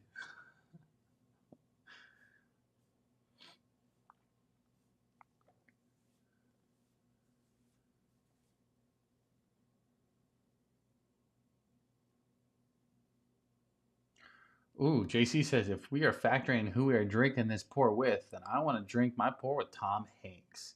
Which Tom Hanks? The Forrest Gump Tom Hanks, or like the one as soon as he gets off the ship from the Ethiopians? Like North Florida says, Blind, the Willet, Jack Daniel Single Barrel, and the Rocket Top Rise. I mean, the Willet's gonna get smoked. There's no doubt. I love the Jack Daniels and that Rocket Top. There's no shot. Like I would hate to say this, but like I know the taste of the Jack Daniel's single barrel rye, and I know the taste of that Rocket Top at this point. It's almost unprofessional for me to add those in the blinds at this point because I know I'm gonna guess them. I've drinking so much of it that like I know what it tastes like. You can put a blind if you want to, but I can pick it out. Especially if you put in something that I used to hate, I'll probably be like, it's that one. Christian says, no old fashioned tonight. Christian, the night's still young. Let me know. Well, you guys let me know. Somebody disliked the stream. Savage. It's okay though. We appreciate you tuning in. Let me know what should we make an old fashioned with tonight. No bottles off limits. So fire away. Let me know what your thoughts are. Just put old fashioned dash this bottle. And that way I can keep track of it. North Florida says, come to the Bourbon Drop. Come to the Bourbon Drop campouts is where I have had the most fun sharing good bottles. I agree. Like, bro, the Bourbon Barn has really good crowd around them. I will say that. Like, everybody's friendly. Everybody was super willing to share bottles, stuff like that. So, like, it was a really good crowd. Now, granted, I had a lot of fun early on the night. By the time we were like 30 minutes to an hour before door opening, I was done. Like, I couldn't even barely keep my eyes open. I was fighting to stay in my chair. So, I feel that. Christian says, Money Pit, Tom Hanks is the best. Jacob says, we had stopping, sipping my new Eagle. Bro, you guys are fucking with me tonight. And I was drinking water before bed, but this is going to make me have one more. It's just one more ain't going to hurt nobody. Kyle says, Jacob, have two more. Well, okay, now we're getting carried away. Joe says, Jacob, drink water and have some for a headache before sleeping. Zero hangover. Bro, when I end a live stream, the first thing I do is just chug water for days. You know, a little Tylenol. We got a beep and something. Oh, Kyle in the chat is $4.99. Super chat says, have a great night. Taking my ass to bed. Okay, Kyle, appreciate it. Here we go. Everybody say goodnight to Kyle. Good night, Kyle. I keep thinking South Park because I just watched South Park. So, Kyle, appreciate it. Guys, if you are new, we go live every Friday around 9 to 10 p.m. Just depends on the day, the week, or whatever we're doing. So make sure you turn the bell on. We do go live quite often. Plus, this is the politic parts. I am holding off on posting a lot of my videos because I'm making a huge backlog. Because I want it to be more consistent, and I think I could be more consistent if I have a good little buffer, right, of videos. So I have like 5 to 10 right now that are in process of being edited. So eventually those are going to be coming, and then it'll be more consistent from there on out. I know I'm not, no more excuses, but that's what's happening. Christian says, nah, JK, old fashioned holiday rickhouse. I don't know if I have enough for a full old fashioned. It's just a sample. Jeffrey in the chat says old fashioned larceny barrel proof A125. I have A124. Does that count? Kyle? Or not Kyle, Jeffrey? Jesus. So larceny's on the board. Change my answer. My dream pour is with Joe Unfiltered. I want to throw a hot dog. What the fuck? JC said, Christian, you gotta love the Money Pit. There you go. It moved too far.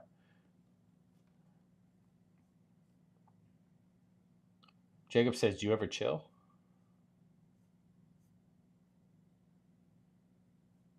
Do I ever chill? I mean, I'm chilling right now. If that's what you mean. I hang out all the time. I work a lot, but I work multiple jobs. I try to just stay busy. I have a kid, so. The rec button says, I just finished a bottle of that single barrel, very decent pour. Good alternative to Buffalo Trace products. I could agree. The Four Roses, absolutely. Jacob says, you ever chill or drink with a rock? Um, yeah, no, absolutely. Um,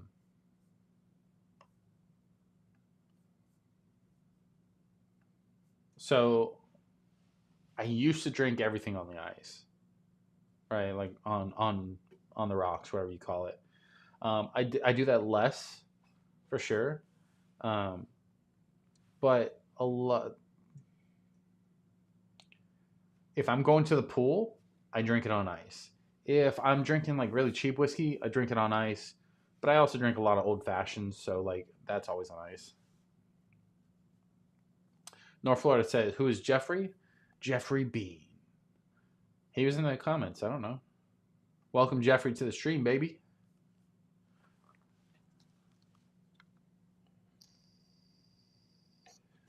JC says, "I need a second job that's less physical than my main one. Need that double income, bro. That's everybody right now. I feel you though. Guys, keep let me know what you want to see me make an old fashioned with. Um, nothing's off limits as far as my options. I got the Woodford's Chocolate Whisper Redux. Obviously, we have all the Buffalo Trace, basic lineup shit. We got 13th Colony Double Oak, Still Austin, Frey Ranch. Frey Ranch is good old fashioned. Um, got Peerless Double Oak. That's a phenomenal old fashioned. I even got the Four Roses. Christian in the chat tipped 199 says old fashioned Oak Bowery. I mean, for $1.99, I think we have to. Just saying. I think we have to do that regardless. Um, Joe says old fashions are also my favorite cocktail. Do you ever make whiskey sours? If so, do you use egg white? Joe, I like whiskey sours, but no. My boxes are falling underneath here. I would make it with egg whites. I don't like whiskey sours that much to where I make them that often, so I always forget the egg white, to be honest.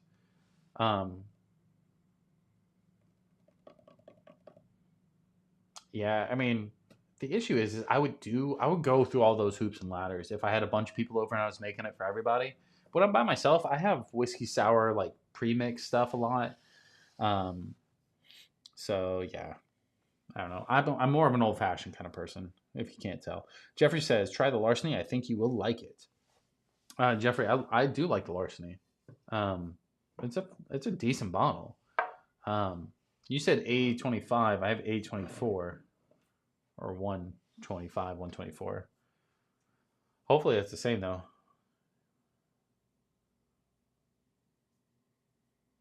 Joe says my mom used Stag Junior 24C to make a cocktail one night, knowing it was allocated. Laughed my ass off. She's a legend. I make them all the time in an old fashioned.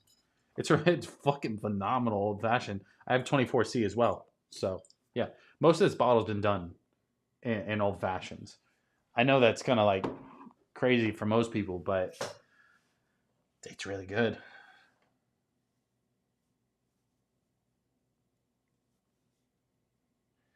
Got it, JC. All right, let me go grab my ice real quick. I'll be right back. BRB.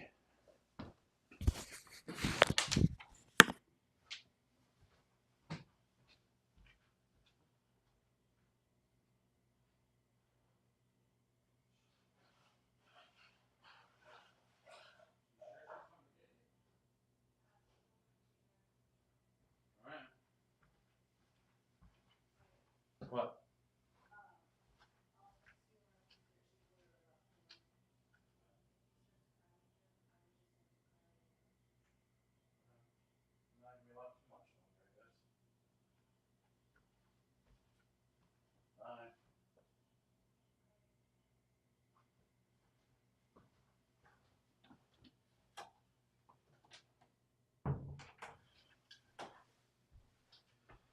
Oh shit! Forgot the damn mic. There we go. There we go. All right. Jacob says, "Is that more expensive? Is that more expensive larceny worth the cost? I've only had the regular bottle. The barrel proof is by far more worth it than the regular bottle, if that's what you mean. But if not, I don't really know what you mean.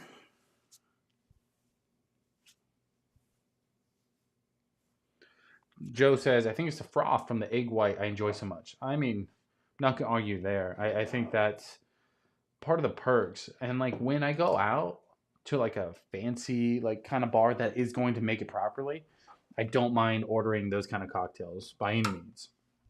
Um, Typically, I'll order them over an old fashioned because most people are not going to make an old fashioned better than me, in my opinion.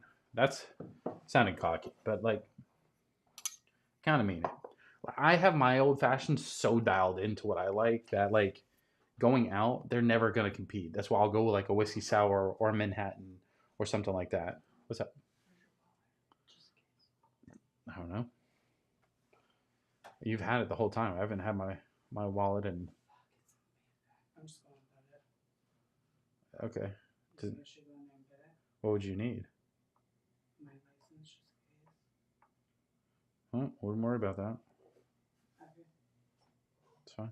I'm probably gonna have to walk to the gate because it's not letting her in. Oh Jesus. Bye. Bye.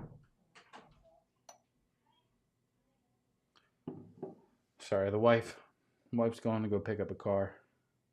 Fucking midnight. That's what she says. Allegedly, right? Right, boys? Somebody help me out here. Oh wait, I need this still.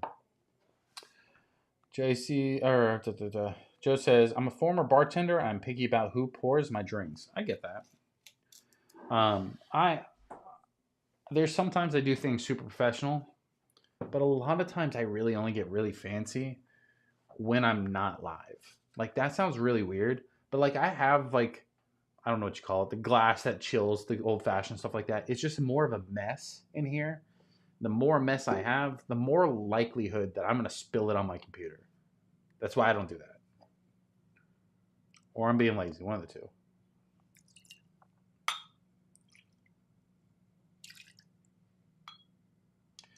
But for Christian here, he wanted to see an Oak Bowery Old Fashioned. Oh.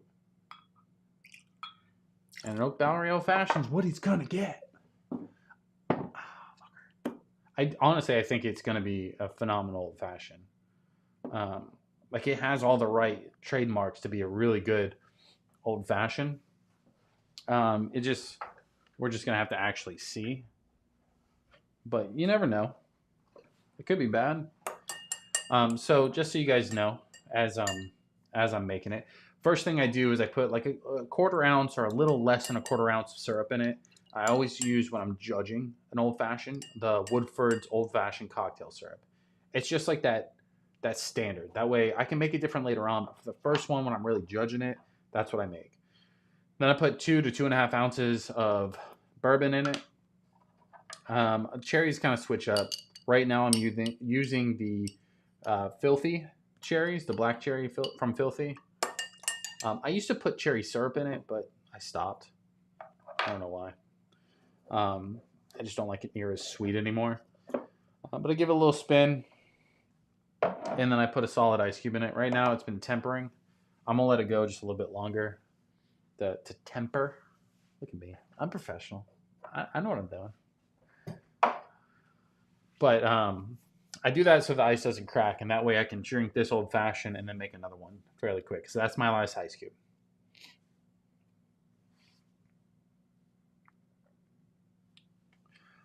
Mama in the chat says, "What bourbon you using?" Well, Mama, Christian said he wanted to see an old fashioned made with the Oak Bowery, which is TJ Gamble, aka Bruzel's bourbon. So that's what we're doing. I get where it can be confusing. Let me slide these bad boys back a little bit. I'll put the Oak Bowery front and center. But I am using the Woodford's Reserve Old Fashioned Cocktail Syrup as the syrup. Browdy's in St. Augustine. What's Browdy's got? North Florida. Oh, bro, I miss like the chat's jumping a lot. So if I miss your comment, my bad, guys. Like the chat's been acting really weird tonight.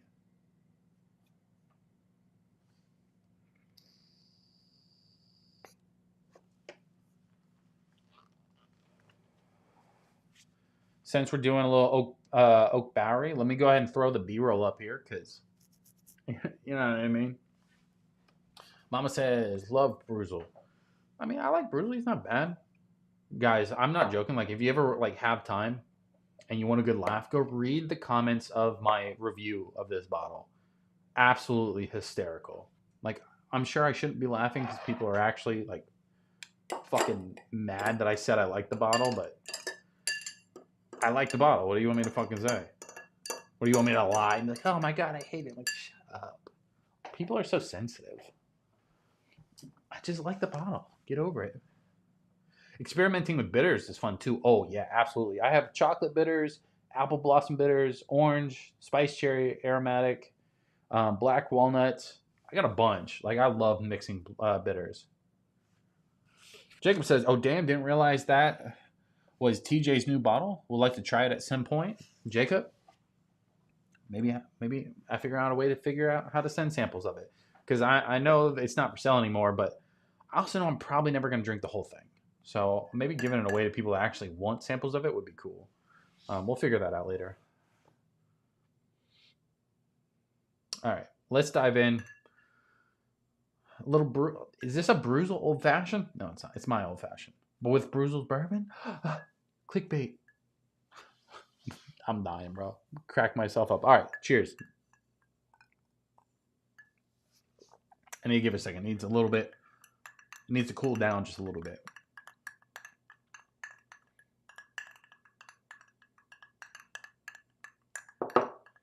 From first sip, it was nice. Now, also what I do, by the way, is I a lot of times I try it, and if I feel like it needs just a little touch of oak, because personally I do like more like double oak style, like heavy oak old fashions. There's just something about them, you know. Then I'll smoke it, and I do have some spiced cherry bitters already. Jay says, "Hey, call me old fashioned. Any recommendations on entry level cameras and lighting for cool bottle picks?" Ooh. Damn, my kid just woke up. Yes. This camera right here, light. I mean, this is an Amaron 60DS. It is probably one of the cheapest, best camera or best lighting you can get. It's like under $100, but it's really solid. You don't have to use it as a background cam. You can use it as a main light. I keep saying camera. Fucking Christ. Main light like this. Or you can use it as a background light like I do, because this one is a little bit more expensive. But I've had this, but I've also had all the camera gear for a long time. Cameras, I would go with anything mirrorless. Anything mirrorless right now, it doesn't matter how cheap it is, it's going to be better than anything people have had in a long time. So, yeah, go with anything mirrorless. The Canon R6 the Canon R6 is a solid camera. I have the R6 Mark II and the Canon R5.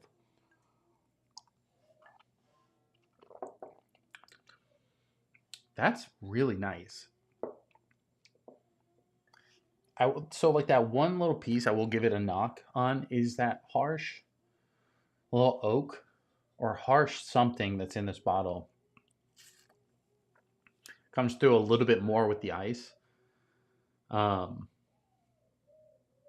I will say that's kind of there, but I'm going to go ahead and smoke this and see how that changes it. Joe says, smoking the glass is epic. I do like smoking glass. It does make it for a really fun time, you know?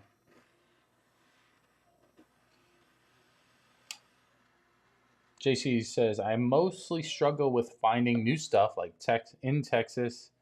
I don't see Driftless Glen. I've had to order 2 other picks from creators. I've yet to see Hard Truth, Short Barrel, and many more. Some things are harder than others. I don't mind buying from online stuff. It's just I personally like the feeling of going into a store, purchasing, and going home with something. So that part kind of is hard to do when you can only buy online.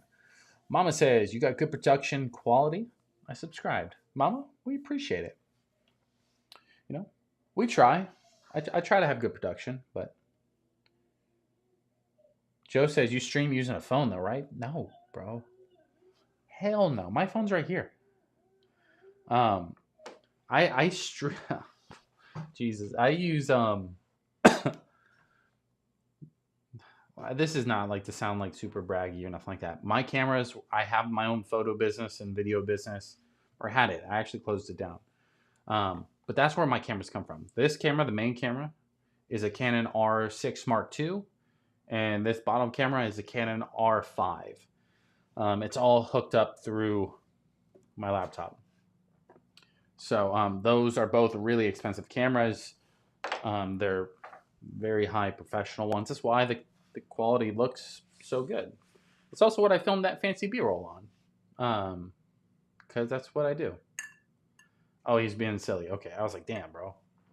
I was like, I mean, I could try with a phone to make it look that good. I just don't think I could.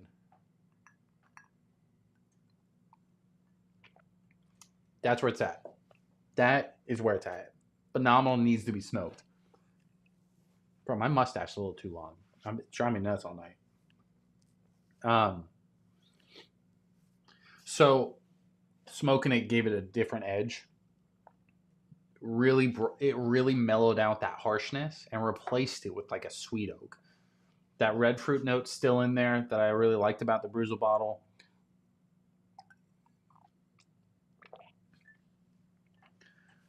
If you guys remember, I said the finish on this bottle was phenomenal. It still carries that heat, even though the ice cubes melted down quite a bit.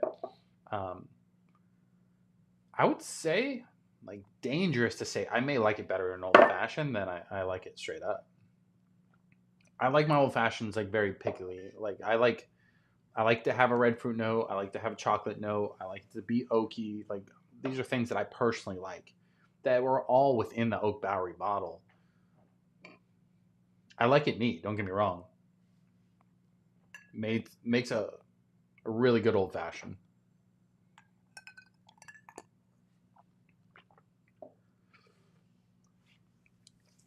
Chase says Canon R. And what's the lighting? Yeah, Canon R or Canon R6 are entry-ish level. They're still kind of pricey, so don't go crazy. I think the Canon has. That's why I said mirrorless, because mirrorless is, you can find a cheaper Canon mirrorless. It depends on what you want to use it for. This cheaper light is a Amron, AMARAN, and then it's 60DS. It's a smaller like kit, versus where this one is still. This one's like an Amron like 300D or some shit like that. It's a bigger one. So, if you join the Discord, I'm more than happy to talk camera and all that kind of stuff with you guys anytime on any of that stuff. Mama says, actually swiped to the next stream and it was an assembly line of Chinese lady making basketballs. That's my competition, you know? Mama, you gotta know. It's me and the Chinese ladies. We're neck and neck right now. Now, when we stream like this, it just happens. You know what I mean? Like, it's bound to happen, but I appreciate you guys watching over the Chinese ladies making basketballs. Note 4 says, like the stream, help get the content out to others. Subscribe, catch more live streams. For after fun, join the Discord. Here's the link in the chat from North Florida.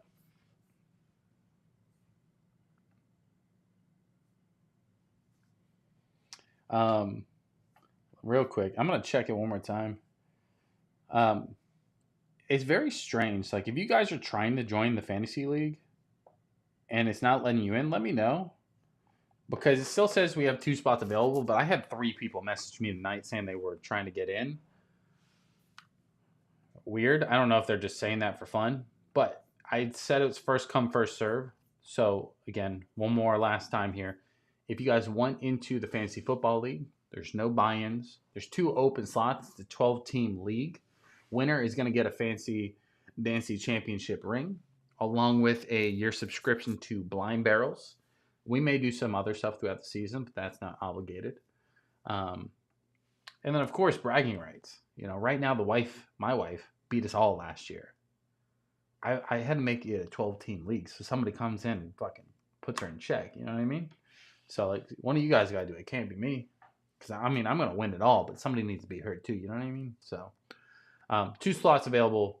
If you like football, it doesn't matter if you're new. Like, that's the whole point. It's just to have fun. We talk some shit. So, join that. Join the Discord.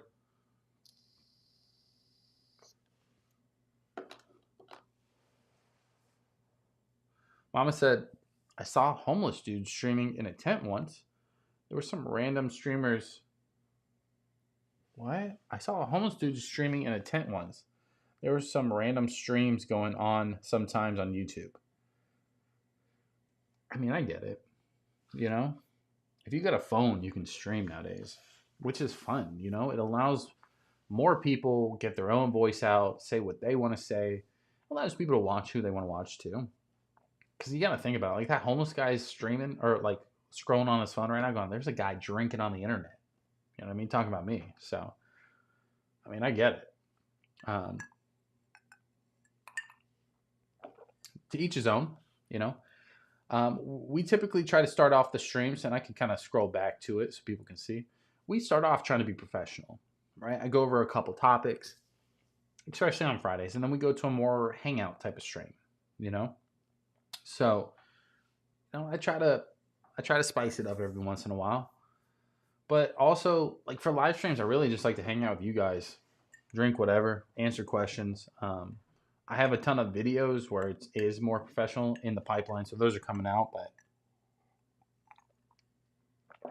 I'm just like you guys. Like on Friday, I want to drink, I want to hang out, have some fun. Saturdays, I like watching the fights, so we're just doing it together. The only difference is I bought a bunch of bottles to talk about and review.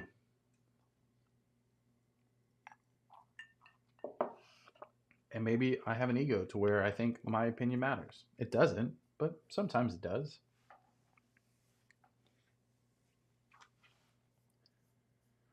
Norfleur said, Larceny is a solid bottle. Reminds me of Old Fit 7, bottled and bond, but higher proof. You know, I really want that Old Fit 7. Larceny is a good bottle, though. Like, I put... What was that? Oh, Christian in the chat again. $1.99 super chat. Have you ever had 2 James Rye? 2 James Rye? I have not. But also, kind of think about it like this, right? for the rye stuff, it was only really obviously this year and kind of middle of last year that I really got into the ryes.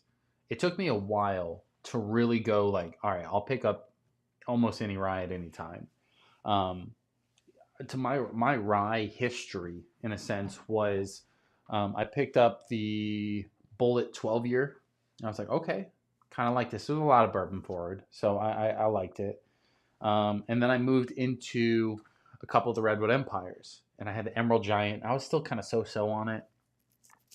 And then I picked up the Rocket Top. And the Rocket Top rye really sent it for me because that one's a phenomenal rye.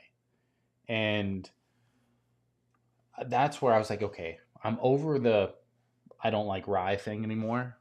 And I wanted to explore more. So I got the New Rift 8-year rye. Phenomenal. I got the Still Austin Cask Strength and their regular Artist rye. Both of them phenomenal. What else did I get? I got a Shady Mile rye, which was okay. It was kind of a lower rye. And then obviously I had the Bardstown rye. If anybody's an OG in the chat, let me show you one thing. My OGs in the chat are going to know this bottle. This is the never-ending bottle of rye, and it's not even halfway gone. I straight up drank this bottle so many times on stream, like a million. I'll drink it tonight. It's not going to go down. It doesn't happen. It's endless. It's infinite. It's the Bardstown Origin Series rye. It's the Kentucky Straight rye finished in toasted cherry wood and oak barrels. 96 proof. It's a 6-year age. It's a 95.5 mash bill with the 5 being malted barley. It is a really good rye. It is one of those ones where like I'm okay with going back to. But here, let me slide this to the side for a second. Slide this to the side for a second.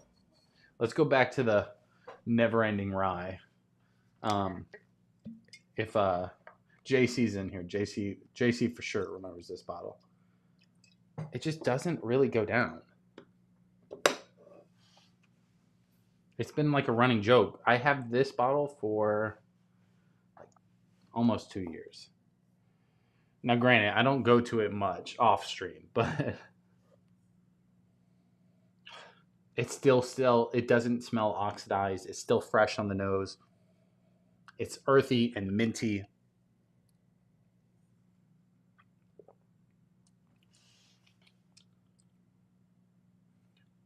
Because of that Bruce Old Fashioned being so high proof, even this feels a little tamer.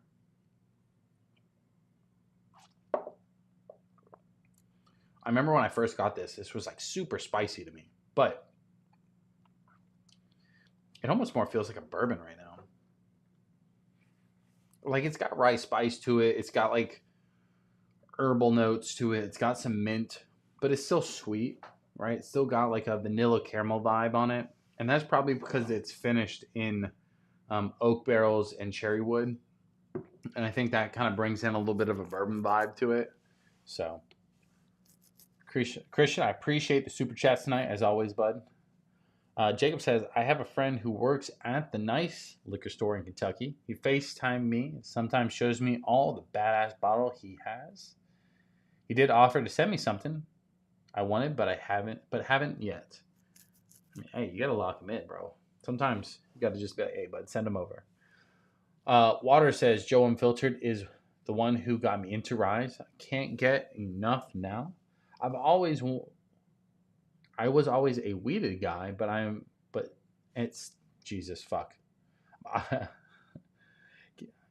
Can't get enough. I was always a weeded guy, still am, but now I seek out Rise for my old fashions. Okay, that's one thing that I'm not. I like Rye's old fashions, but I much rather have rye neat than in an old fashioned. If I want a rye in a cocktail, I want a whiskey ginger. I love rye in a whiskey ginger. Just is what it is. Jay says, for me, bourbon was the gateway. Rye is what I'm here for now. North Florida says, Jack Daniels Bonded Rye sparks my interest in rye. Then having the Master's Keep Triumph 10-year rye, one of my all-time favorite whiskeys. I mean, that is a phenomenal whiskey. Now, what's funny is I remember last time we talked about that bottle, you were like, this is phenomenal. And I told you it just sold out. No joke. I went into Shores. I bought like 2 bottles, 3 actually. 1 for me, 2 for the wife, and some like mixer stuff. So I was pretty above budget. And when I was walking out, they had another Master's Keep on the floor. And I was like, fuck, I should have picked that up. If I would have saw it before I checked out, I would have got that. Joe says, Jack Daniel's Single Barrel Proof Fry. You get the right bottle and hold on. Jack Daniel's Single Barrel Proof Rye is probably one of the best ryes of all time. Hands down. Christian says, I only have the Barstown Origin Series weeded. Got to pick up the rye. The rye is phenomenal. Especially if you're more of like a bourbon person, this definitely is going to fit more into it. But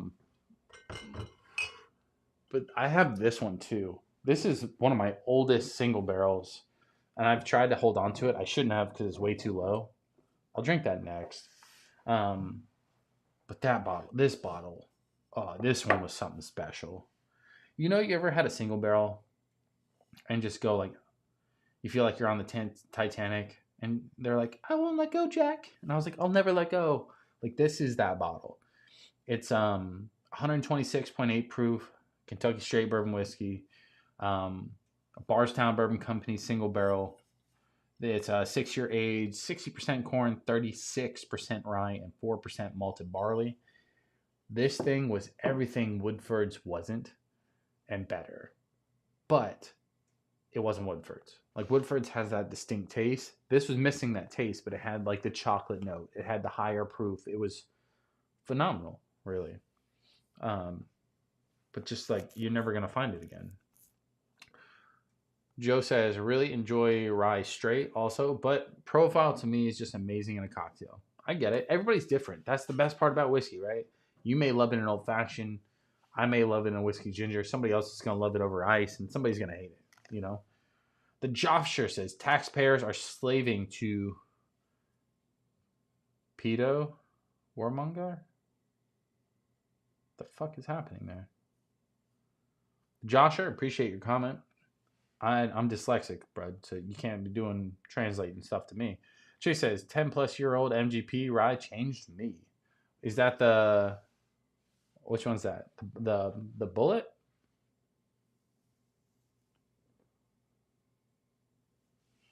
North Florida says single barrels are great experiences. Still working on my second bottle of that Chattanooga Brown Sugar Monster. Slowly. Drink it slowly. One thing I have learned, and this may be the biggest pro tip you've ever heard in your life. If you really like a bottle, drink it slow. If you really love the bottle, only drink it to less, like right above half. Then leave it alone for a while. If it's at half or above, it's not going to oxidize damn near at all. Is the easiest way to put it. Damn near at all. You can revisit it and it's still going to be just as good. If you get it below half, you should drink it within that next 6 months, from my experience.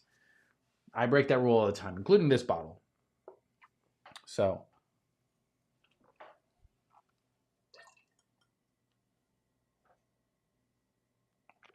there you go. Trying to find a spot to put it. There we go. Joe says, so many awesome bottles I will never see here at museum prices. What part of Maryland you in, bud? I did this is story time now at this point, but I took a trip one time to DC and we went right over the border, went to Maryland. I stayed at this RV park. It was a phenomenal trip. It was the trip I took right before I met my wife. It was a really good trip. Went to DC, had some fun. This is like back in 2018 or something like that. It was a fun time.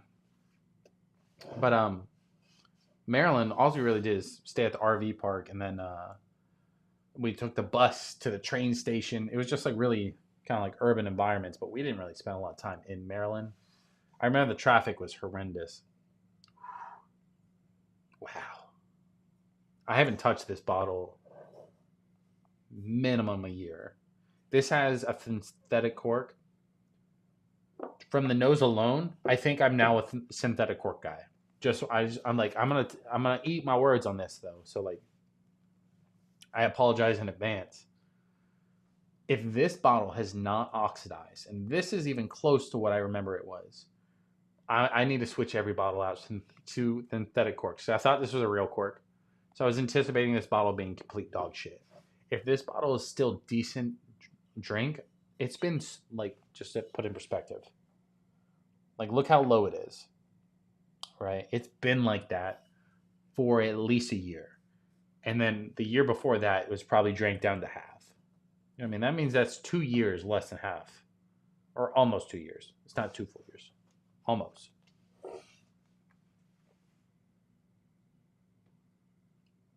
All right, let's take a sip.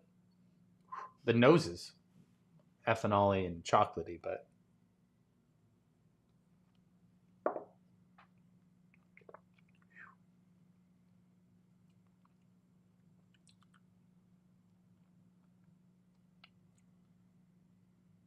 okay. It did oxidize a little bit. But it's close. You know what I mean? Like, it's not too far off. A little bit more ethanol than I remember. Remember, this was a bottle I had really early on in the channel. It still has a chocolate note. Still has a sweetness level note. It has a little bit of a harshness to it now.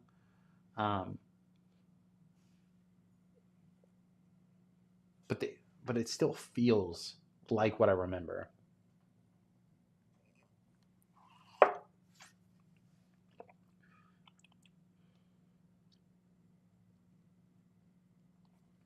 It's got a really solid chocolate note on it. It's one of the best features about it. So I love chocolate note in bourbon. It's one of the first notes that I was able to pick out like right away. I'm like, that tastes like chocolate. So I think for me, that's one of those things where if I can pick it out, it automatically gets a little bit closer to me. Like, all right, I'm here for that. Christian says, if you ever find 2 James Rye, pick that shit up. Definitely. 2 James. I got to look it up real quick because I'm horrible with name, but if I see it, fucking oh, the 1776 stuff? Is that what that is? Oh wait, that's James E. Pepper. Never mind. My bad. My bad. Okay, Catcher Rye.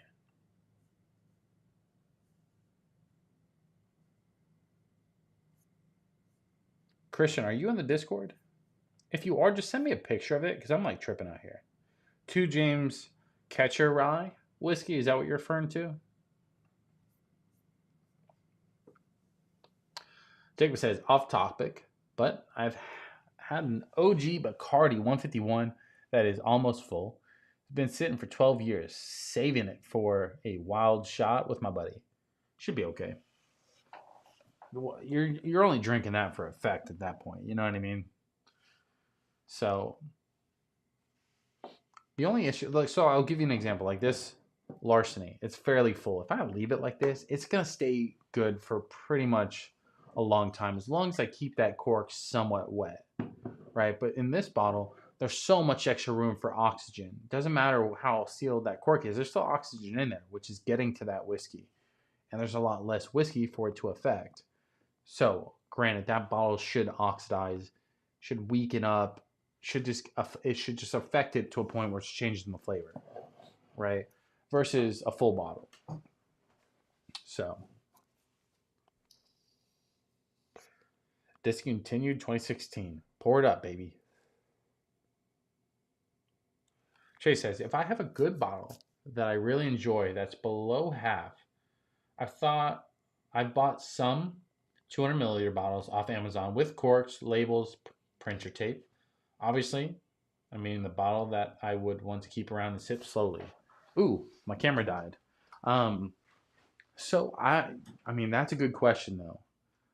Like I'm sure you're kind of asking like if you pour it into the small sample bottles, will it savor it that much more? I don't know that answer. But I think it's something we should test out.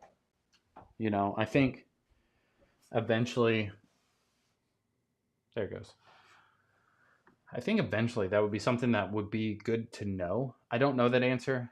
I would say if you have a really bottle that you really want to drink and you love it, if it's below half, make it a priority to just drink it. Because there is so much whiskey out there that's great and phenomenal. And if you do really love that bottle, enjoy that bottle to the fullest while you can. Just drink it, you know, share it with friends, do whatever you want to do. Trying to hold on to it for too long is just a lot more riskier because if you put it in those smaller bottles and it's not good, you know, you're like, oh man, but when I had it, it was amazing. And you're only going to have that what if, where if you just drink it now, you'll be like, man, this bottle that I did drink, you'll never be able to try it. It was phenomenal back then. But I have this Larceny that's phenomenal now. You know what I mean? So I say just drink it. Me, like first world problems, right? I have a ton of whiskey. I can never physically drink as much as in this room. I've been trying to give it away. So I will eventually give away a lot of stuff. Mango Some Prime says, how do you feel about the negative health effects of alcohol?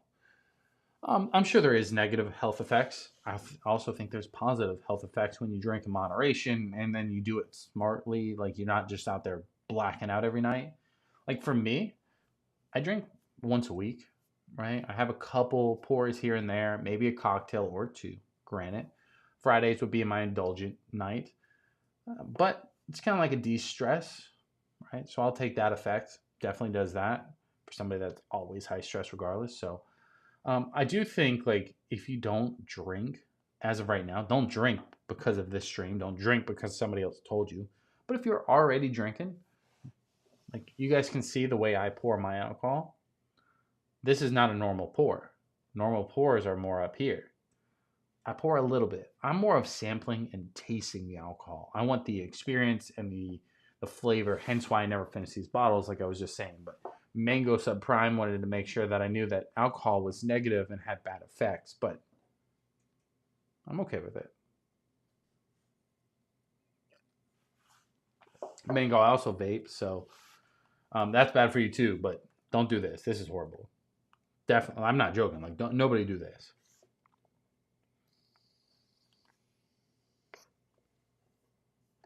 But anyways, Jay says, I have several pirate bottles, Elijah Craig barrel proof, that I pour in smaller bottles once they get low. Okay. Have you ever done that? Poured in like a 200 milliliter bottle and then tried it like a year later? If you have, like, what is your thoughts on that? Like, what was your experience like?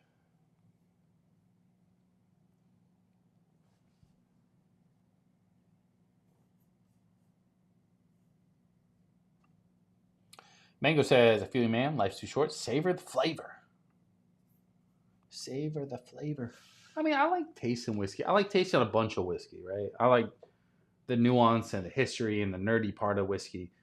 I drink for effect every once in a blue moon, but I'm not here to get hammered, right? I get hammered sometimes. Don't get me wrong. Like, sometimes I eat a little light meal and on accident, right? And don't hydrate properly. But I keep my water handy.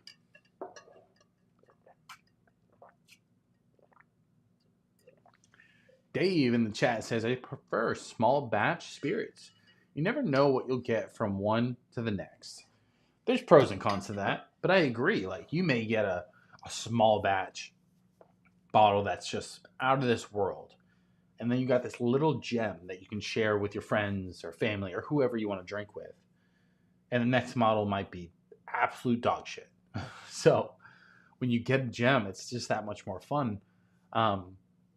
Again, pros and cons, you know. Noah Flores says, I tend to enjoy the fellowship above the spirits. I agree. Like, some of my favorite experiences is with the people I drink with rather than what I was drinking, right? Kind of like, for everybody that's new in the channel or in the chat, if you haven't already, drop a like, subscribe, of course. The way I got into this stuff was me and my buddy, like, we drank, right? We always would drink just to have like a little buzz, have fun. We gamble, we do stupid shit.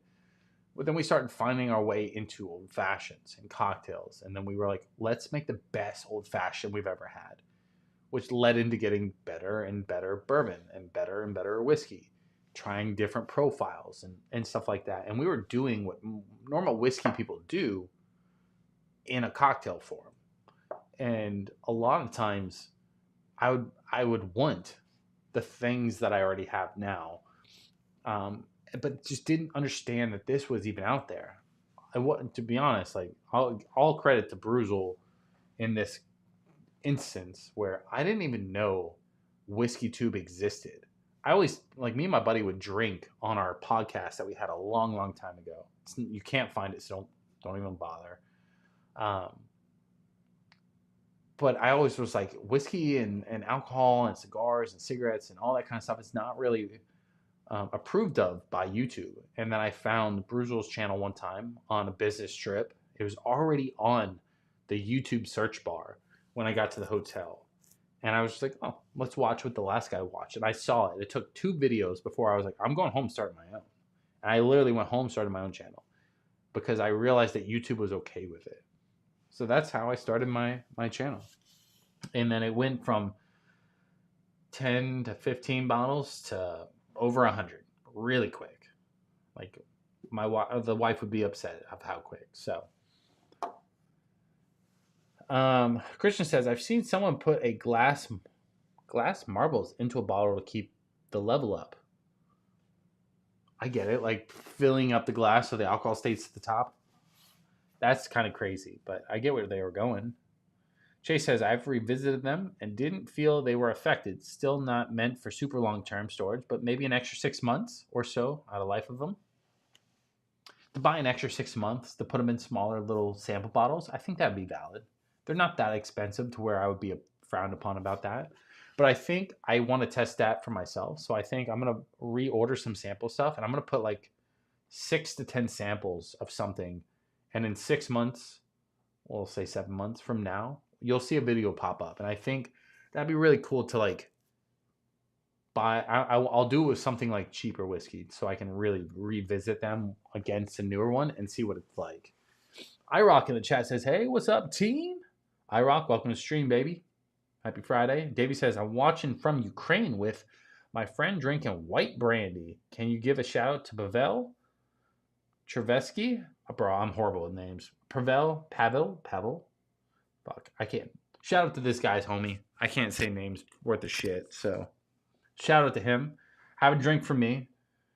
If it's brandy, maybe get a little whiskey. I'm just saying. Shooter McGavin says, "What's up, brother? Bro, have you watched the new Happy Gilmore yet?" iRock says, "Literally just got done watching Happy Gilmore 2. I see. I knew we were competing against that tonight. I almost didn't go live tonight because I wanted to go watch that movie. We're going to watch it tomorrow, me and the wife. So, cheers off some Michter's 10-year. Hell yeah. I don't have that, but I want that. Jacob says, "I like the glass marble idea. If you're trying to keep something fresh, I'm here for it." Cam B in the chat says, "Shout out to Pavel. He's a real one." Facts. I just can't. I'm dyslexic, guys. My bad.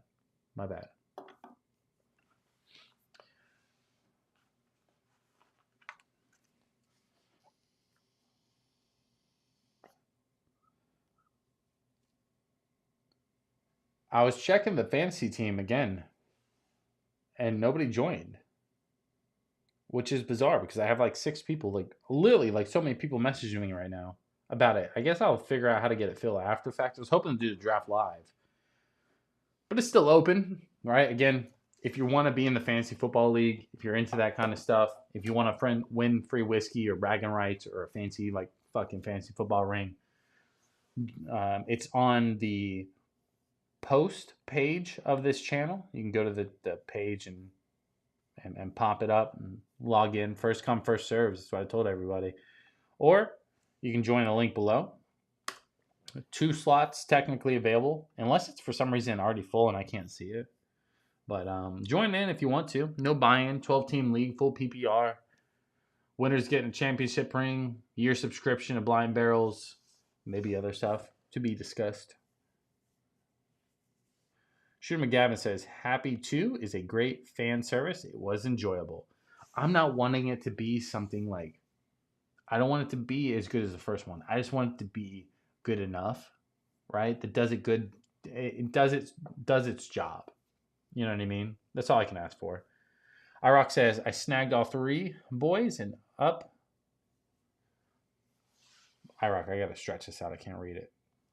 "I snagged all 3 boys up and made them watch it." Oh, snagged all 3 boys, your kids, and made them watch it. We watched number 1 last night, like always. The original is the best, but number 2 wasn't terrible. That's awesome. Bro, if Asher could watch them, he's going to watch them in a few years, and we'll make him watch the old one, then the new one. But that's awesome. Shooter says, "I'm in." Artful in the chat, a.k.a. Scott. Bro, congrats on 5K, bud. Welcome to the stream. Glad you made it. Jacob says, "Got to go to bed." Cheers, everyone. See you next Friday night. Jacob, as always, we appreciate you stopping by. Make sure you drop a like on the way out if you haven't already. And then, yeah, as always, I'll see you next week.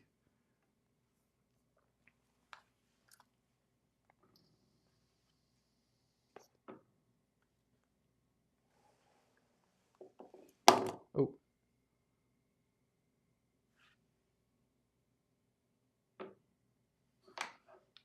Oh, my God. That's probably why.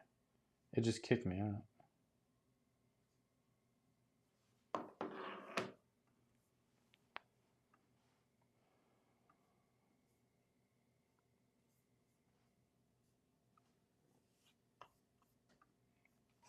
But anyways, so we had a little Oak Bowery Old Fashioned. Let's revisit this now as to water down.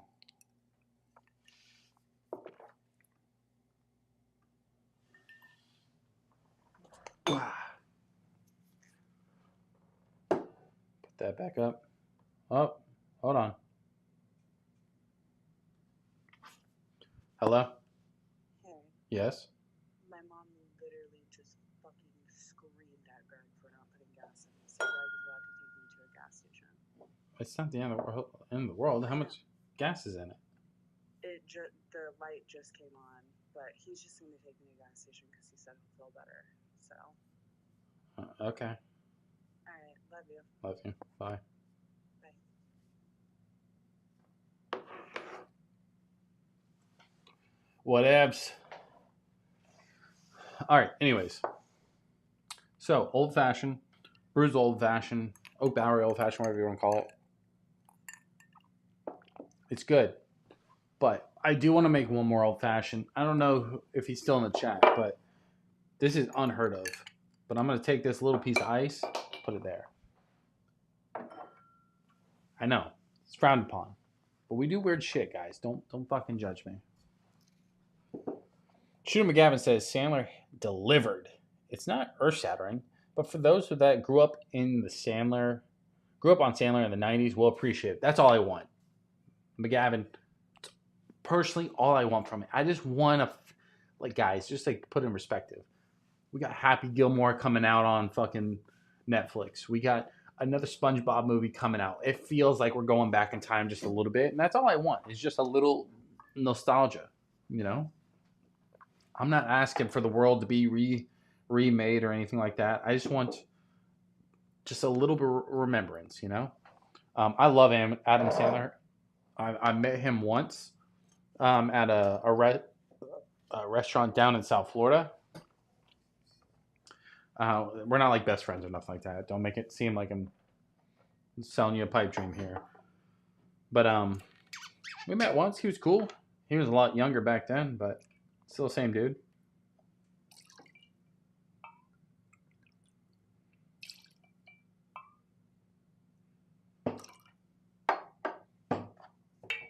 Oh shit. All right. You guys wanted me to pour this one up in an old fashioned, so we're making that really quick. It's like a mini one. I didn't go full board just because the ice isn't as prominent.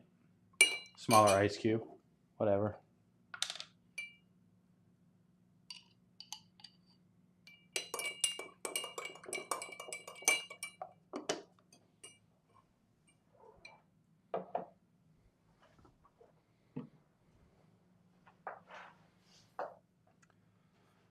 But, ladies and gentlemen, what are you guys sipping on tonight? Obviously, if you're just now tuning in, drop a like on the stream, subscribe. We are on the road to 10,000. That's the goal before the end of the year. We're not going to hit it, but if we do, that'd be kind of cool. You know what I mean? It's just kind of cool. I'm here for it. I also thought about it. Like, I don't want to say it out loud because I feel like it would happen and then I'll fucking eat my words. But at 10,000 subscribers, I'd love to give away my entire collection. Besides, like, maybe like 5 to 10 bottles. But give away everything else, right? And just restart. Restart fresh. Because, like, it sounds crazy, right? But I have a lot of whiskey in here. I'll never be able to drink it all. But I'd love to pick my top 10 bottles, keep them, and give everything else away. And I feel like I would do that at 10,000. But I also don't think I'm in a position to do that. But if we hit 10,000, I think I'd be okay with it. But you never know. We're not going to hit 10,000, so I don't have to worry about that. So, like, nobody stress. But, like, I have a lot of really good whiskey in here. But I feel bad because I'll never be able to drink it all. So, I'm going to start giving away some bottles. But you never know. So, this one, just so you guys know, is the Larceny Barrel Proof A124. 124.2 proof. Obviously, it says John E. Fitzgerald on it. Little key. It's one of like the least sexiest bottles when it comes to the, Jim Beam lineup. I will say this bottle here, it's kind of tucked away a little bit. Little book, chapter 9, I believe. None for granted. This makes a phenomenal old fashioned. Just a kind of it's pricey, So North Florida says, gotta bounce. Take care, everyone. Cheers. North Florida, as always, I appreciate it. Of you stopping by, watching, all that stuff. If you could, like I know I'm asking a lot here. Send me a message on the Discord with the details of the rare character drop for Bourbon Barn.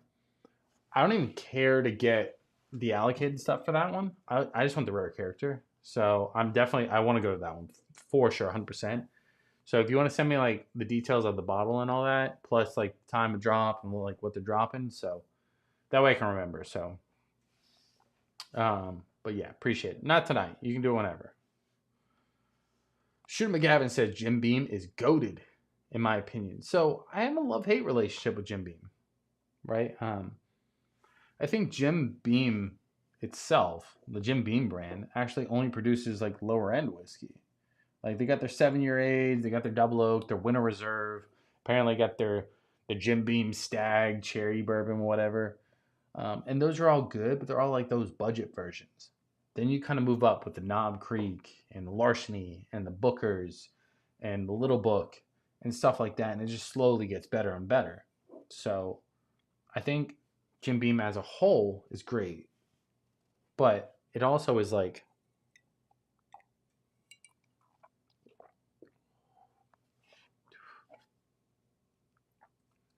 that didn't have enough ice in it, but let's do this. This is unheard of, but I'm going to throw a normal ice cube in there. Ice her down a little bit.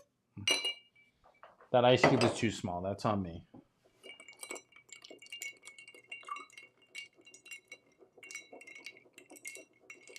I just needed a little bit of cooling, like to be a refreshing drink.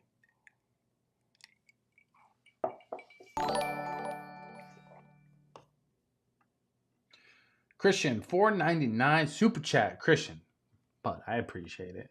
As always, says you got to hit 10K before you know it. You're gonna hit 10K before you know it. Headed to bed. Catch you next week, family. Christian, we're gonna hit 10K before you know it. But what I was saying is like just kind of sprinkling out there that I think when we hit 10K, I should give away, and not just like one person, but like maybe a bunch of people, just give away my entire collection and start fresh. I think that'd be good for everybody that wins any kind of bottles that I give away, but I also think that would be good for me. Start fresh and have like a clean slate in this office. It also saves the whiskey, but ideally we hit it today and I give a bunch of shit away, and then that way we clear it all out and it doesn't go to waste. But more than likely we don't hit it for like another year. So, but Christian, I appreciate the super chats all night, bud. Always support. Appreciate it as always. Just making sure that you know you are appreciated. RX says, bro, you forgot old granddad. What the fuck? I'm not giving away the old granddad. What are you talking about, dude? Oh, Jim Beam lineup. Old granddad's in a different level than Jim Beam, by the way. That's its own like own tier, bro. IROC, this was a fun fact. Did you know that Old Granddad 16 is in the top 3 or top 5 pours of this year from the San Francisco's whiskey spirits competition? Crazy. And I was giving a shit. Also, on top of that, did you try the Old Granddad 7-year? I'd love to know your thoughts. Personally, like if I had anybody's thoughts, I want to know your thoughts on the Old Granddad 7-year. I know you guys have fancy bottles tonight and you're out here living large, but sometimes we want to know what you think of like the lesser bottles, you know? I'm just giving you shit, but no, for real. I'd love to know your thoughts on that bottle. Jay says, sip on some subtle spirits. So good, wish I could pour some. Y'all some. You know what? That's the one downside of like drinking on YouTube. Sometimes I drink something or make a cocktail that's so good, I'm like, oh my god, I just wish you guys could like take a quick sip, you know? It's crazy. Shooter says, the nostalgia thing for me, family memories brings it to the top. IROC says, sure did, ×2. IROC says, Old Granddad 7 was butterscotch bomb. Call me Harry Potter and pour me up a butterbeer, baby. I want one. I really do want one. So I'm right. Just to kind of recap what I'm personally hunting right now.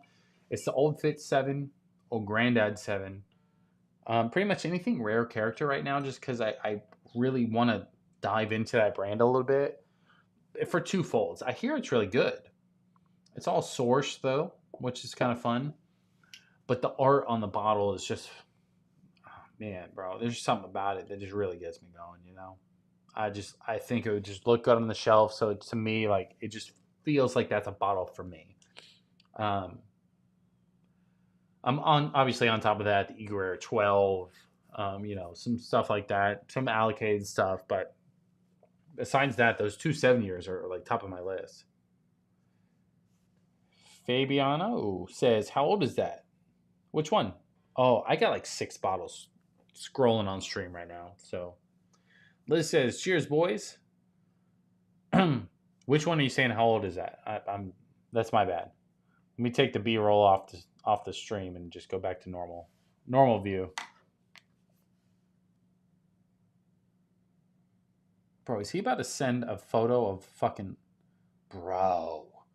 So iRock in the chat just dropped a little message on Discord and sent me a full shelf of Old Granddad 7-year. We don't get that shit around here. You know what I mean? $42.99, I'd pick up all day. I want one. Like, part of me goes like, I know it's not gonna be as good as the Old Granddad 114, but like, just let me have it. You know what I mean?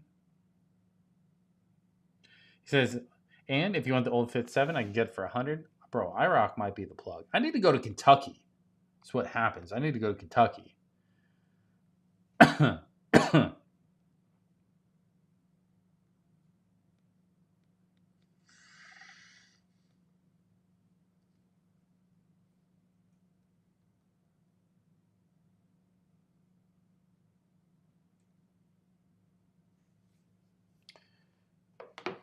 iRock says, check the Discord. I know, bro. You sent me a whole shelf. That's unheard of down here.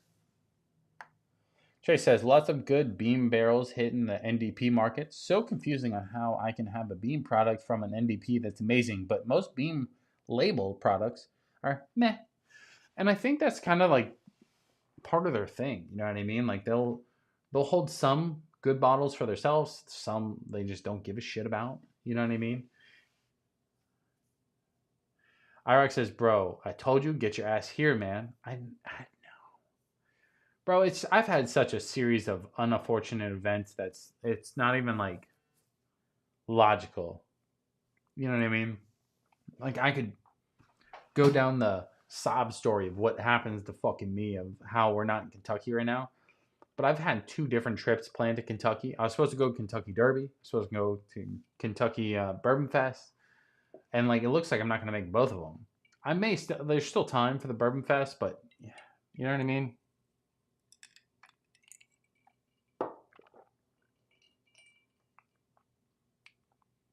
I like the larceny and the old fashioned. It's just not what I'm wanting to drink right now, though. Just so you know, like it's just not hitting the spot.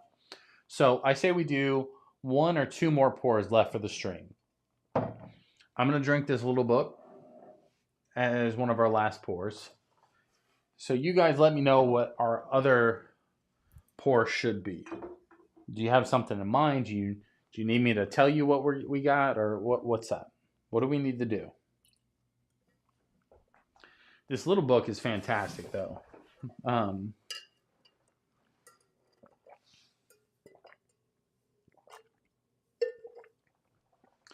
So, little book's fantastic, but I do have some allocated stuff that a lot of people like me to drink towards the end of the stream. But let me know. Chase says, call me old fashioned. Do you ever say your favorite for 2025? I didn't. I was trying to slide past you, but you called me out, so let's do it. Let's do it now.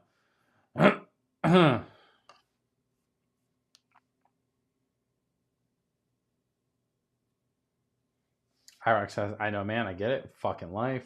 Facts. All right, let's get to Chase's comment because I pushed it off long enough tonight. Right. So let's do, to make it easier, because I kind of bounce around between my top 3 a lot. You know what I mean? Like I kind of like, it just depends on the day. And also, so you guys know, every year, my favorite stream by far is my New Year's stream. I get it. People are busy. It's not our most watched stream by any means. But every New Year's, we do a like a giant live stream where I go over my entire collection as of right now, like whatever I personally have. I give out awards for best whiskey of the year, worst whiskey of the year. This year we're gonna do a lot more. So I'm gonna do like best value whiskey of the year, best pour of the year, worst pour of the year.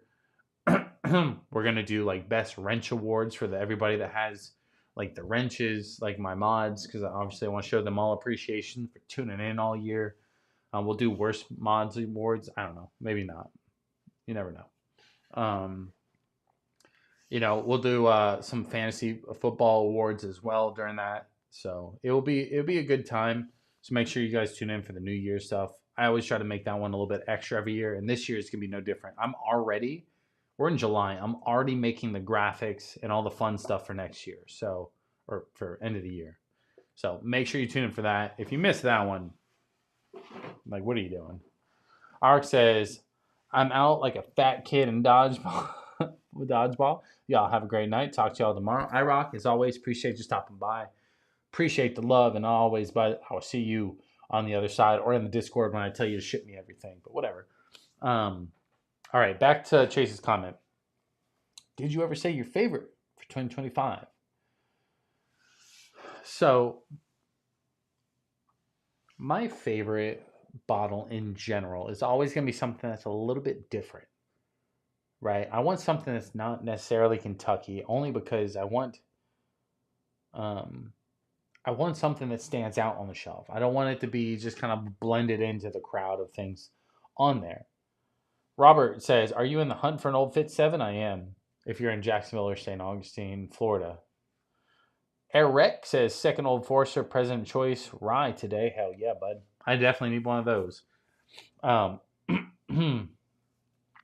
But, so I think, for me, man, the choices, you know what I mean? Like, I'm going to give you my top 3 pours of the year so far. I'm going to come in at number 3 first, and that's going to be the Jack Daniel's single barrel proof rye. I just think that's the only bottle that I bought this year and drank this year fully, except for like a couple sips. You know what I mean? Like, there's other bottles that I've drank quite a bit of, but that bottle I've crushed. It makes a really good whiskey ginger. It is phenomenal straight up too, don't get me wrong. But I think that should come in as like my number 3. Number 2, I believe, is going to be the 13th Colony Double Oak. I did get that this year. I got it like in January, February-ish. So it is the 2024 edition, but it's new to me for this year. It's just kind of everything I like in it. You know what I mean? Like, it's got the double oak aspect. It's rich. It's tobacco. It's leather. It's manly vibes all day, but with a level of sweetness that I love. What's up, man? What's up? Welcome to the stream, baby. Happy Friday, or Saturday now, actually. And then my number 1 really comes down to one of 2. It would either be the Russell's 15 or the Still Austin Tanager. Now, hear me out. They both are unique. They both are sweet. They're both fruit forward. The Russells and the Tanager both have like this like fruit roll up, red fruit, gummy bear style sweetness in that red fruit level. But the Tanager is just a little bit more unique to me. And I don't know if that's because it's coming from Texas and Russell's coming from Kentucky or what, but I love the Russell's 15. But I would choose the Still Austin Tanager to be the number 1 for me, obviously. So right now, this one's in the lead. Maybe it's the bottle, maybe it's juice, maybe it's whatever, but It's 106 proof, a little easier to be approached to rather than 118. I love the proof on the Russells, but it's just, I think if I had a choice, those two are the closest in flavor profile wise of like notes that I get. That's why the 13th Colony got second, not Russell's and then Tanager. But so I would go Jack Daniel's single barrel proof rye, 13th Colony double oak, and then Still Austin Tanager. And on any given day, we can swap rolls on any of those bottles, and I'd be okay with it. Eric says, thanks, bro. 180, 190 after tax. Costco. I love Costco. Jay says, well, great price. Never get that bottle. Eric says, I'm sipping a sample of the Russell's 15 right now. I love that bottle. It has this really like sweet red fruit roll-up vibe to it that I really liked. So I have a 2024. I don't know if you're drinking 2025 or which one. Mine was the last year's.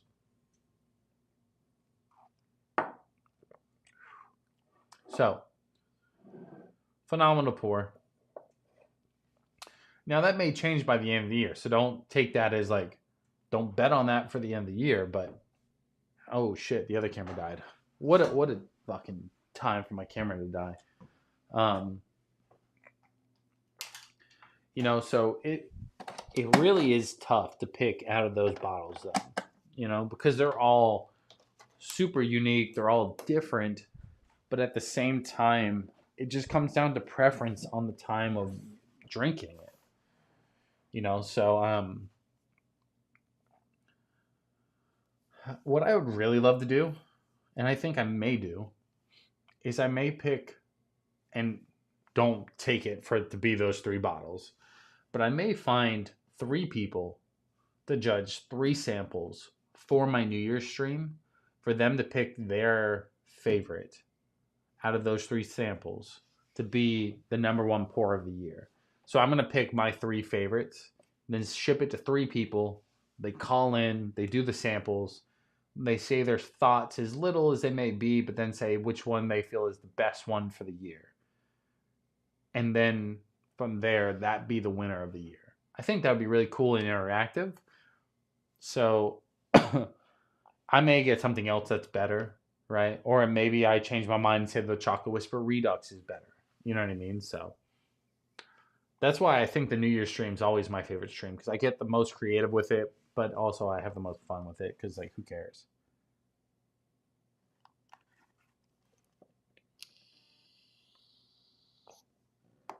Robert says, Florida, dang, I was going to say I have a bottle with your name on it, but I'm in California. Robert, I mean, I love my bottle with my name on in California, but that would take us forever to get there. But if you want to hold it for like forever, like I'll go there eventually.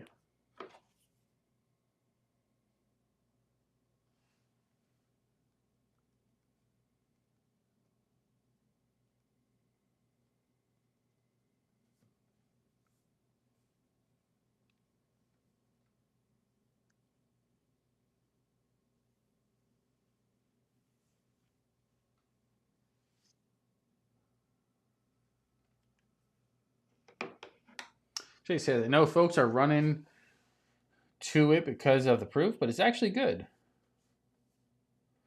I didn't. So the Russell's 13 released around me. I didn't run to it. I want to. I just didn't want to pay the price because I like my Russell's 15. 13, I'm sure it's great, but like, to be honest, I was just like, let me just pass for now. Also, because I was like, if I go there and it's not there, then I'm gonna buy something else. But whatever. If I happen to come across it for a good price, I will buy it. So don't let me knock it too much. But yeah. So I think what I'll do, just because I'm thinking out loud, I'm probably going to choose 3 Discord members. So if you're not part of the Discord, join the Discord. I'm going to choose 3 Discord members to choose out of the 3 samples. And I'm going to send 3 samples to each person, 3 people, to choose the number 1 pour. I feel like that's a good idea. Is that not? Am I crazy? I think it's a good idea.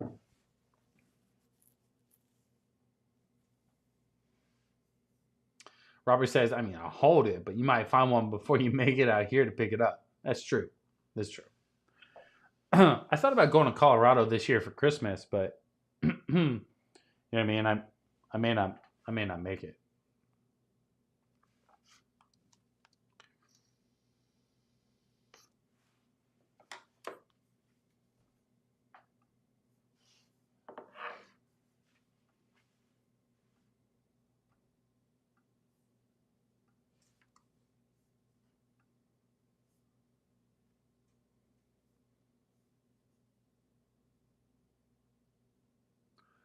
Chase says, call me old fashioned. Would you be opposed to trying some samples live?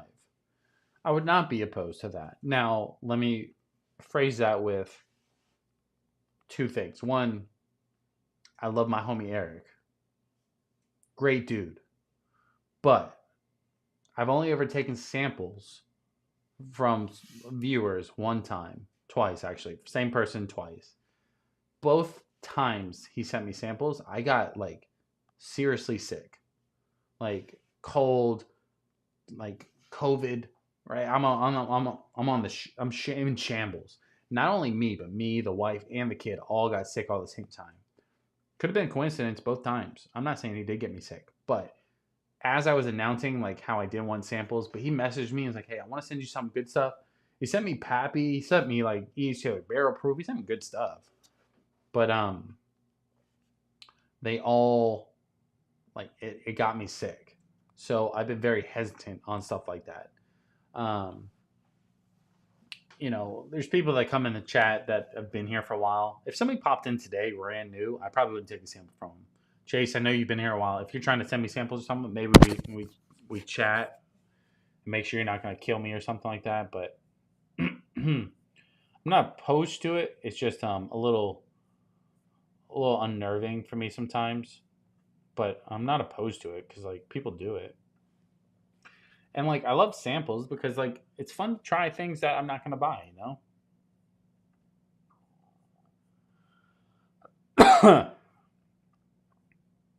So that's why.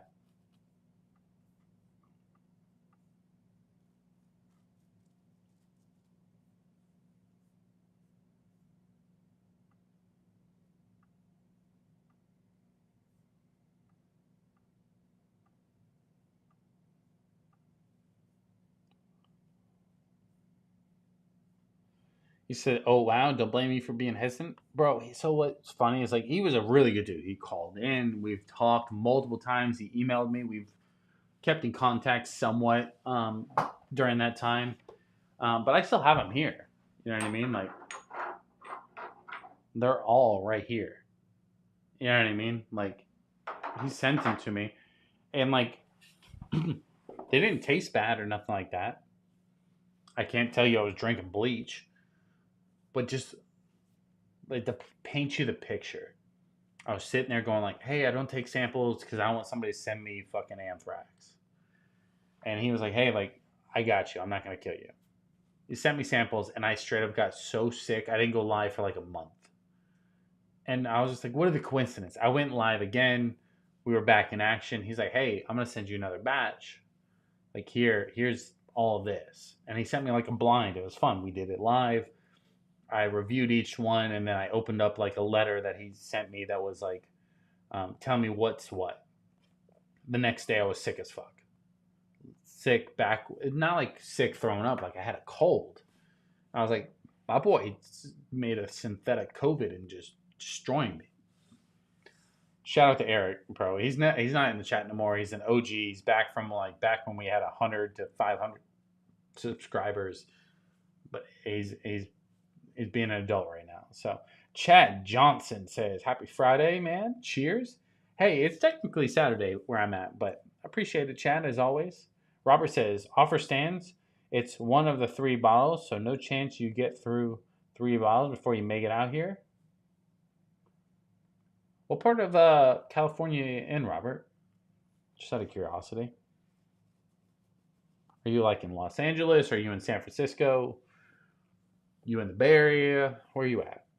Where you at? You remember that ringtone? Where you at? No? Just me? Okay. My bad.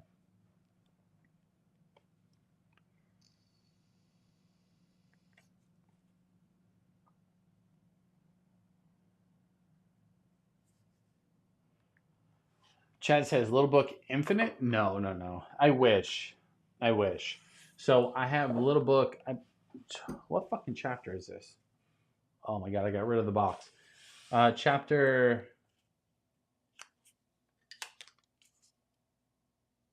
9, None for Granted. This one's, granted, I hear Infinite's incredible. This one's more like your standard, typical bourbon, right? Really strong vanilla, caramel, and cinnamon notes, but really well done. Like, this is a solid bottle. If I'm being honest, though, probably not worth the price. Right? It's a little pricey, but I really do enjoy the bottle. It is phenomenal. Phenomenal in an old fashioned. What's the proof on this one? 121.8 proof. It's great. It even has like a little tasting notes on here that says caramel and brown sweetness with a hint of char. Taste is butterscotch, caramel, bacon spice, and stone fruit. I get a little fruit action. I don't get much. I get caramel, butterscotch, and vanilla. I get like basic notes, to be honest. But Robert says SoCal, 40 to 50 minutes outside LA, depending on traffic. Last time I went to LA, I went on the Ellen show, and I was in Burbank. So that's all I really know. Yeah, your boy was on Ellen. What do you want me to say? Fancy. All right, one more pour and then we're gonna head out. We got to, because I'm out of water. Chad says, haven't had the pleasure of tasting Little Book yet. Worth secondary or not? No. Not worth secondary. Not worth secondary. This is already kind of pricey. This is like $100 and something bottle. I would say for like $100, Chapter 9's worth it. Anything more than that, it's not necessarily worth it. Infinite, I heard it's great. I haven't tried it. But if it's better than this, then sure, spend a little bit more. But if I had to like, this bottle's not focusing on, there it goes. If I had to like say, hey, what's the best basic bourbon notes you've ever had? It's going to be this bottle. What I mean by basic bourbon notes is, does it have oak? Does it have vanilla? Does it have caramel? Does it have like a cinnamon kind of spice to it as well? And like, that's it. Like, you can't expect more than that from a basic bourbon, right? And this hits all of those notes, but just like the top tier of those notes. That's why I would say like this bottle is phenomenal, but it's just, there's only so much you can get out of this bottle.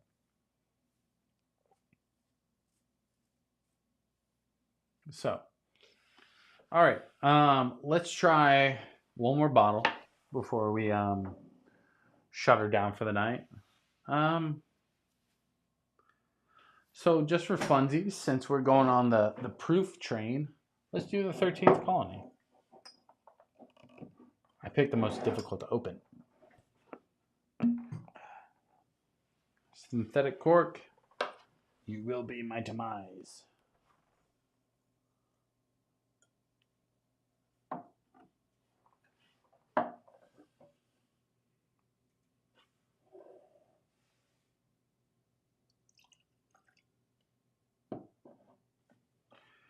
All right. Last pour of the night, ladies and gentlemen. If you haven't already, drop a like on the stream. Subscribe. If you are new, we go live every Friday at 9 p.m. to 10 p.m. Eastern Time. This is going to be batch 642, bottle 2304, proof 133.74.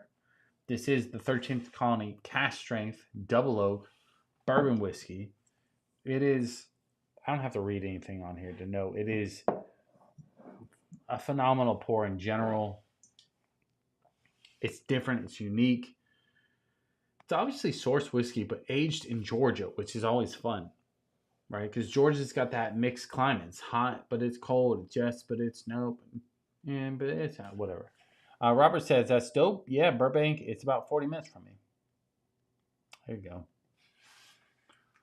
I'd love to go back to California, but like only for like 2 days. I know, that's me being picky. again, just so I can go through all the political stuff. Again, if you're new, drop a like, subscribe. Helps us grow. If you want in the Fantasy League, join the Fantasy League. It's on the post tab of the channel, or scroll back in the chat. But the post tab of the channel is the easiest way. You just click it, join in, first come, first serve. First 12 teams in there is the one that takes it. Now, this pour in particular, what's funny is the wife has tried this twice, maybe 3 times, where she's been like, hey, let me pour you a blind. You guess it. We like to do this a lot. While I'll sit on the couch, she'll pour me something, and she'll say, hey, guess what I poured you. There's not been one time where she's poured me this, and I've not guessed it on her walk over to me because of how dark this pour is. It's super dark. It's like chocolate syrup. That's how dark it is. But it's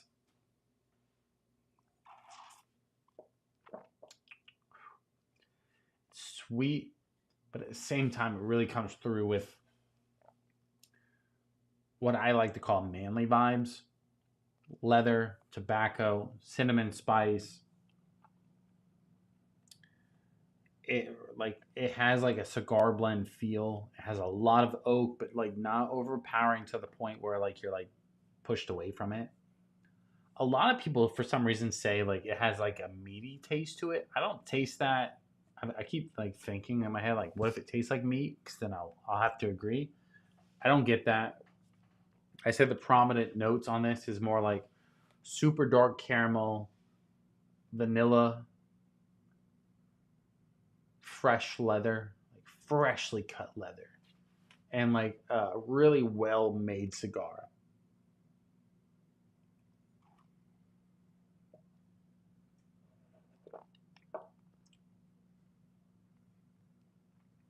That and cinnamon, or some kind of like baking spice, like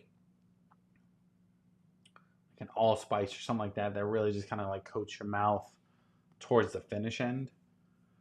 So it is what it is. Robert says, cheers, my guy. Hope to catch another live. I'm out for the night as well. Robert, as always, we appreciate you stopping by.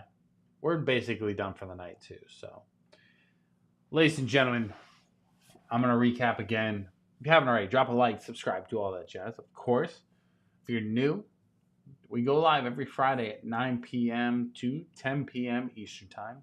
Most of the time lately, it's closer to 10 p.m. That's just me being honest. So, if you want into the Discord or the Fantasy League, look in the chat.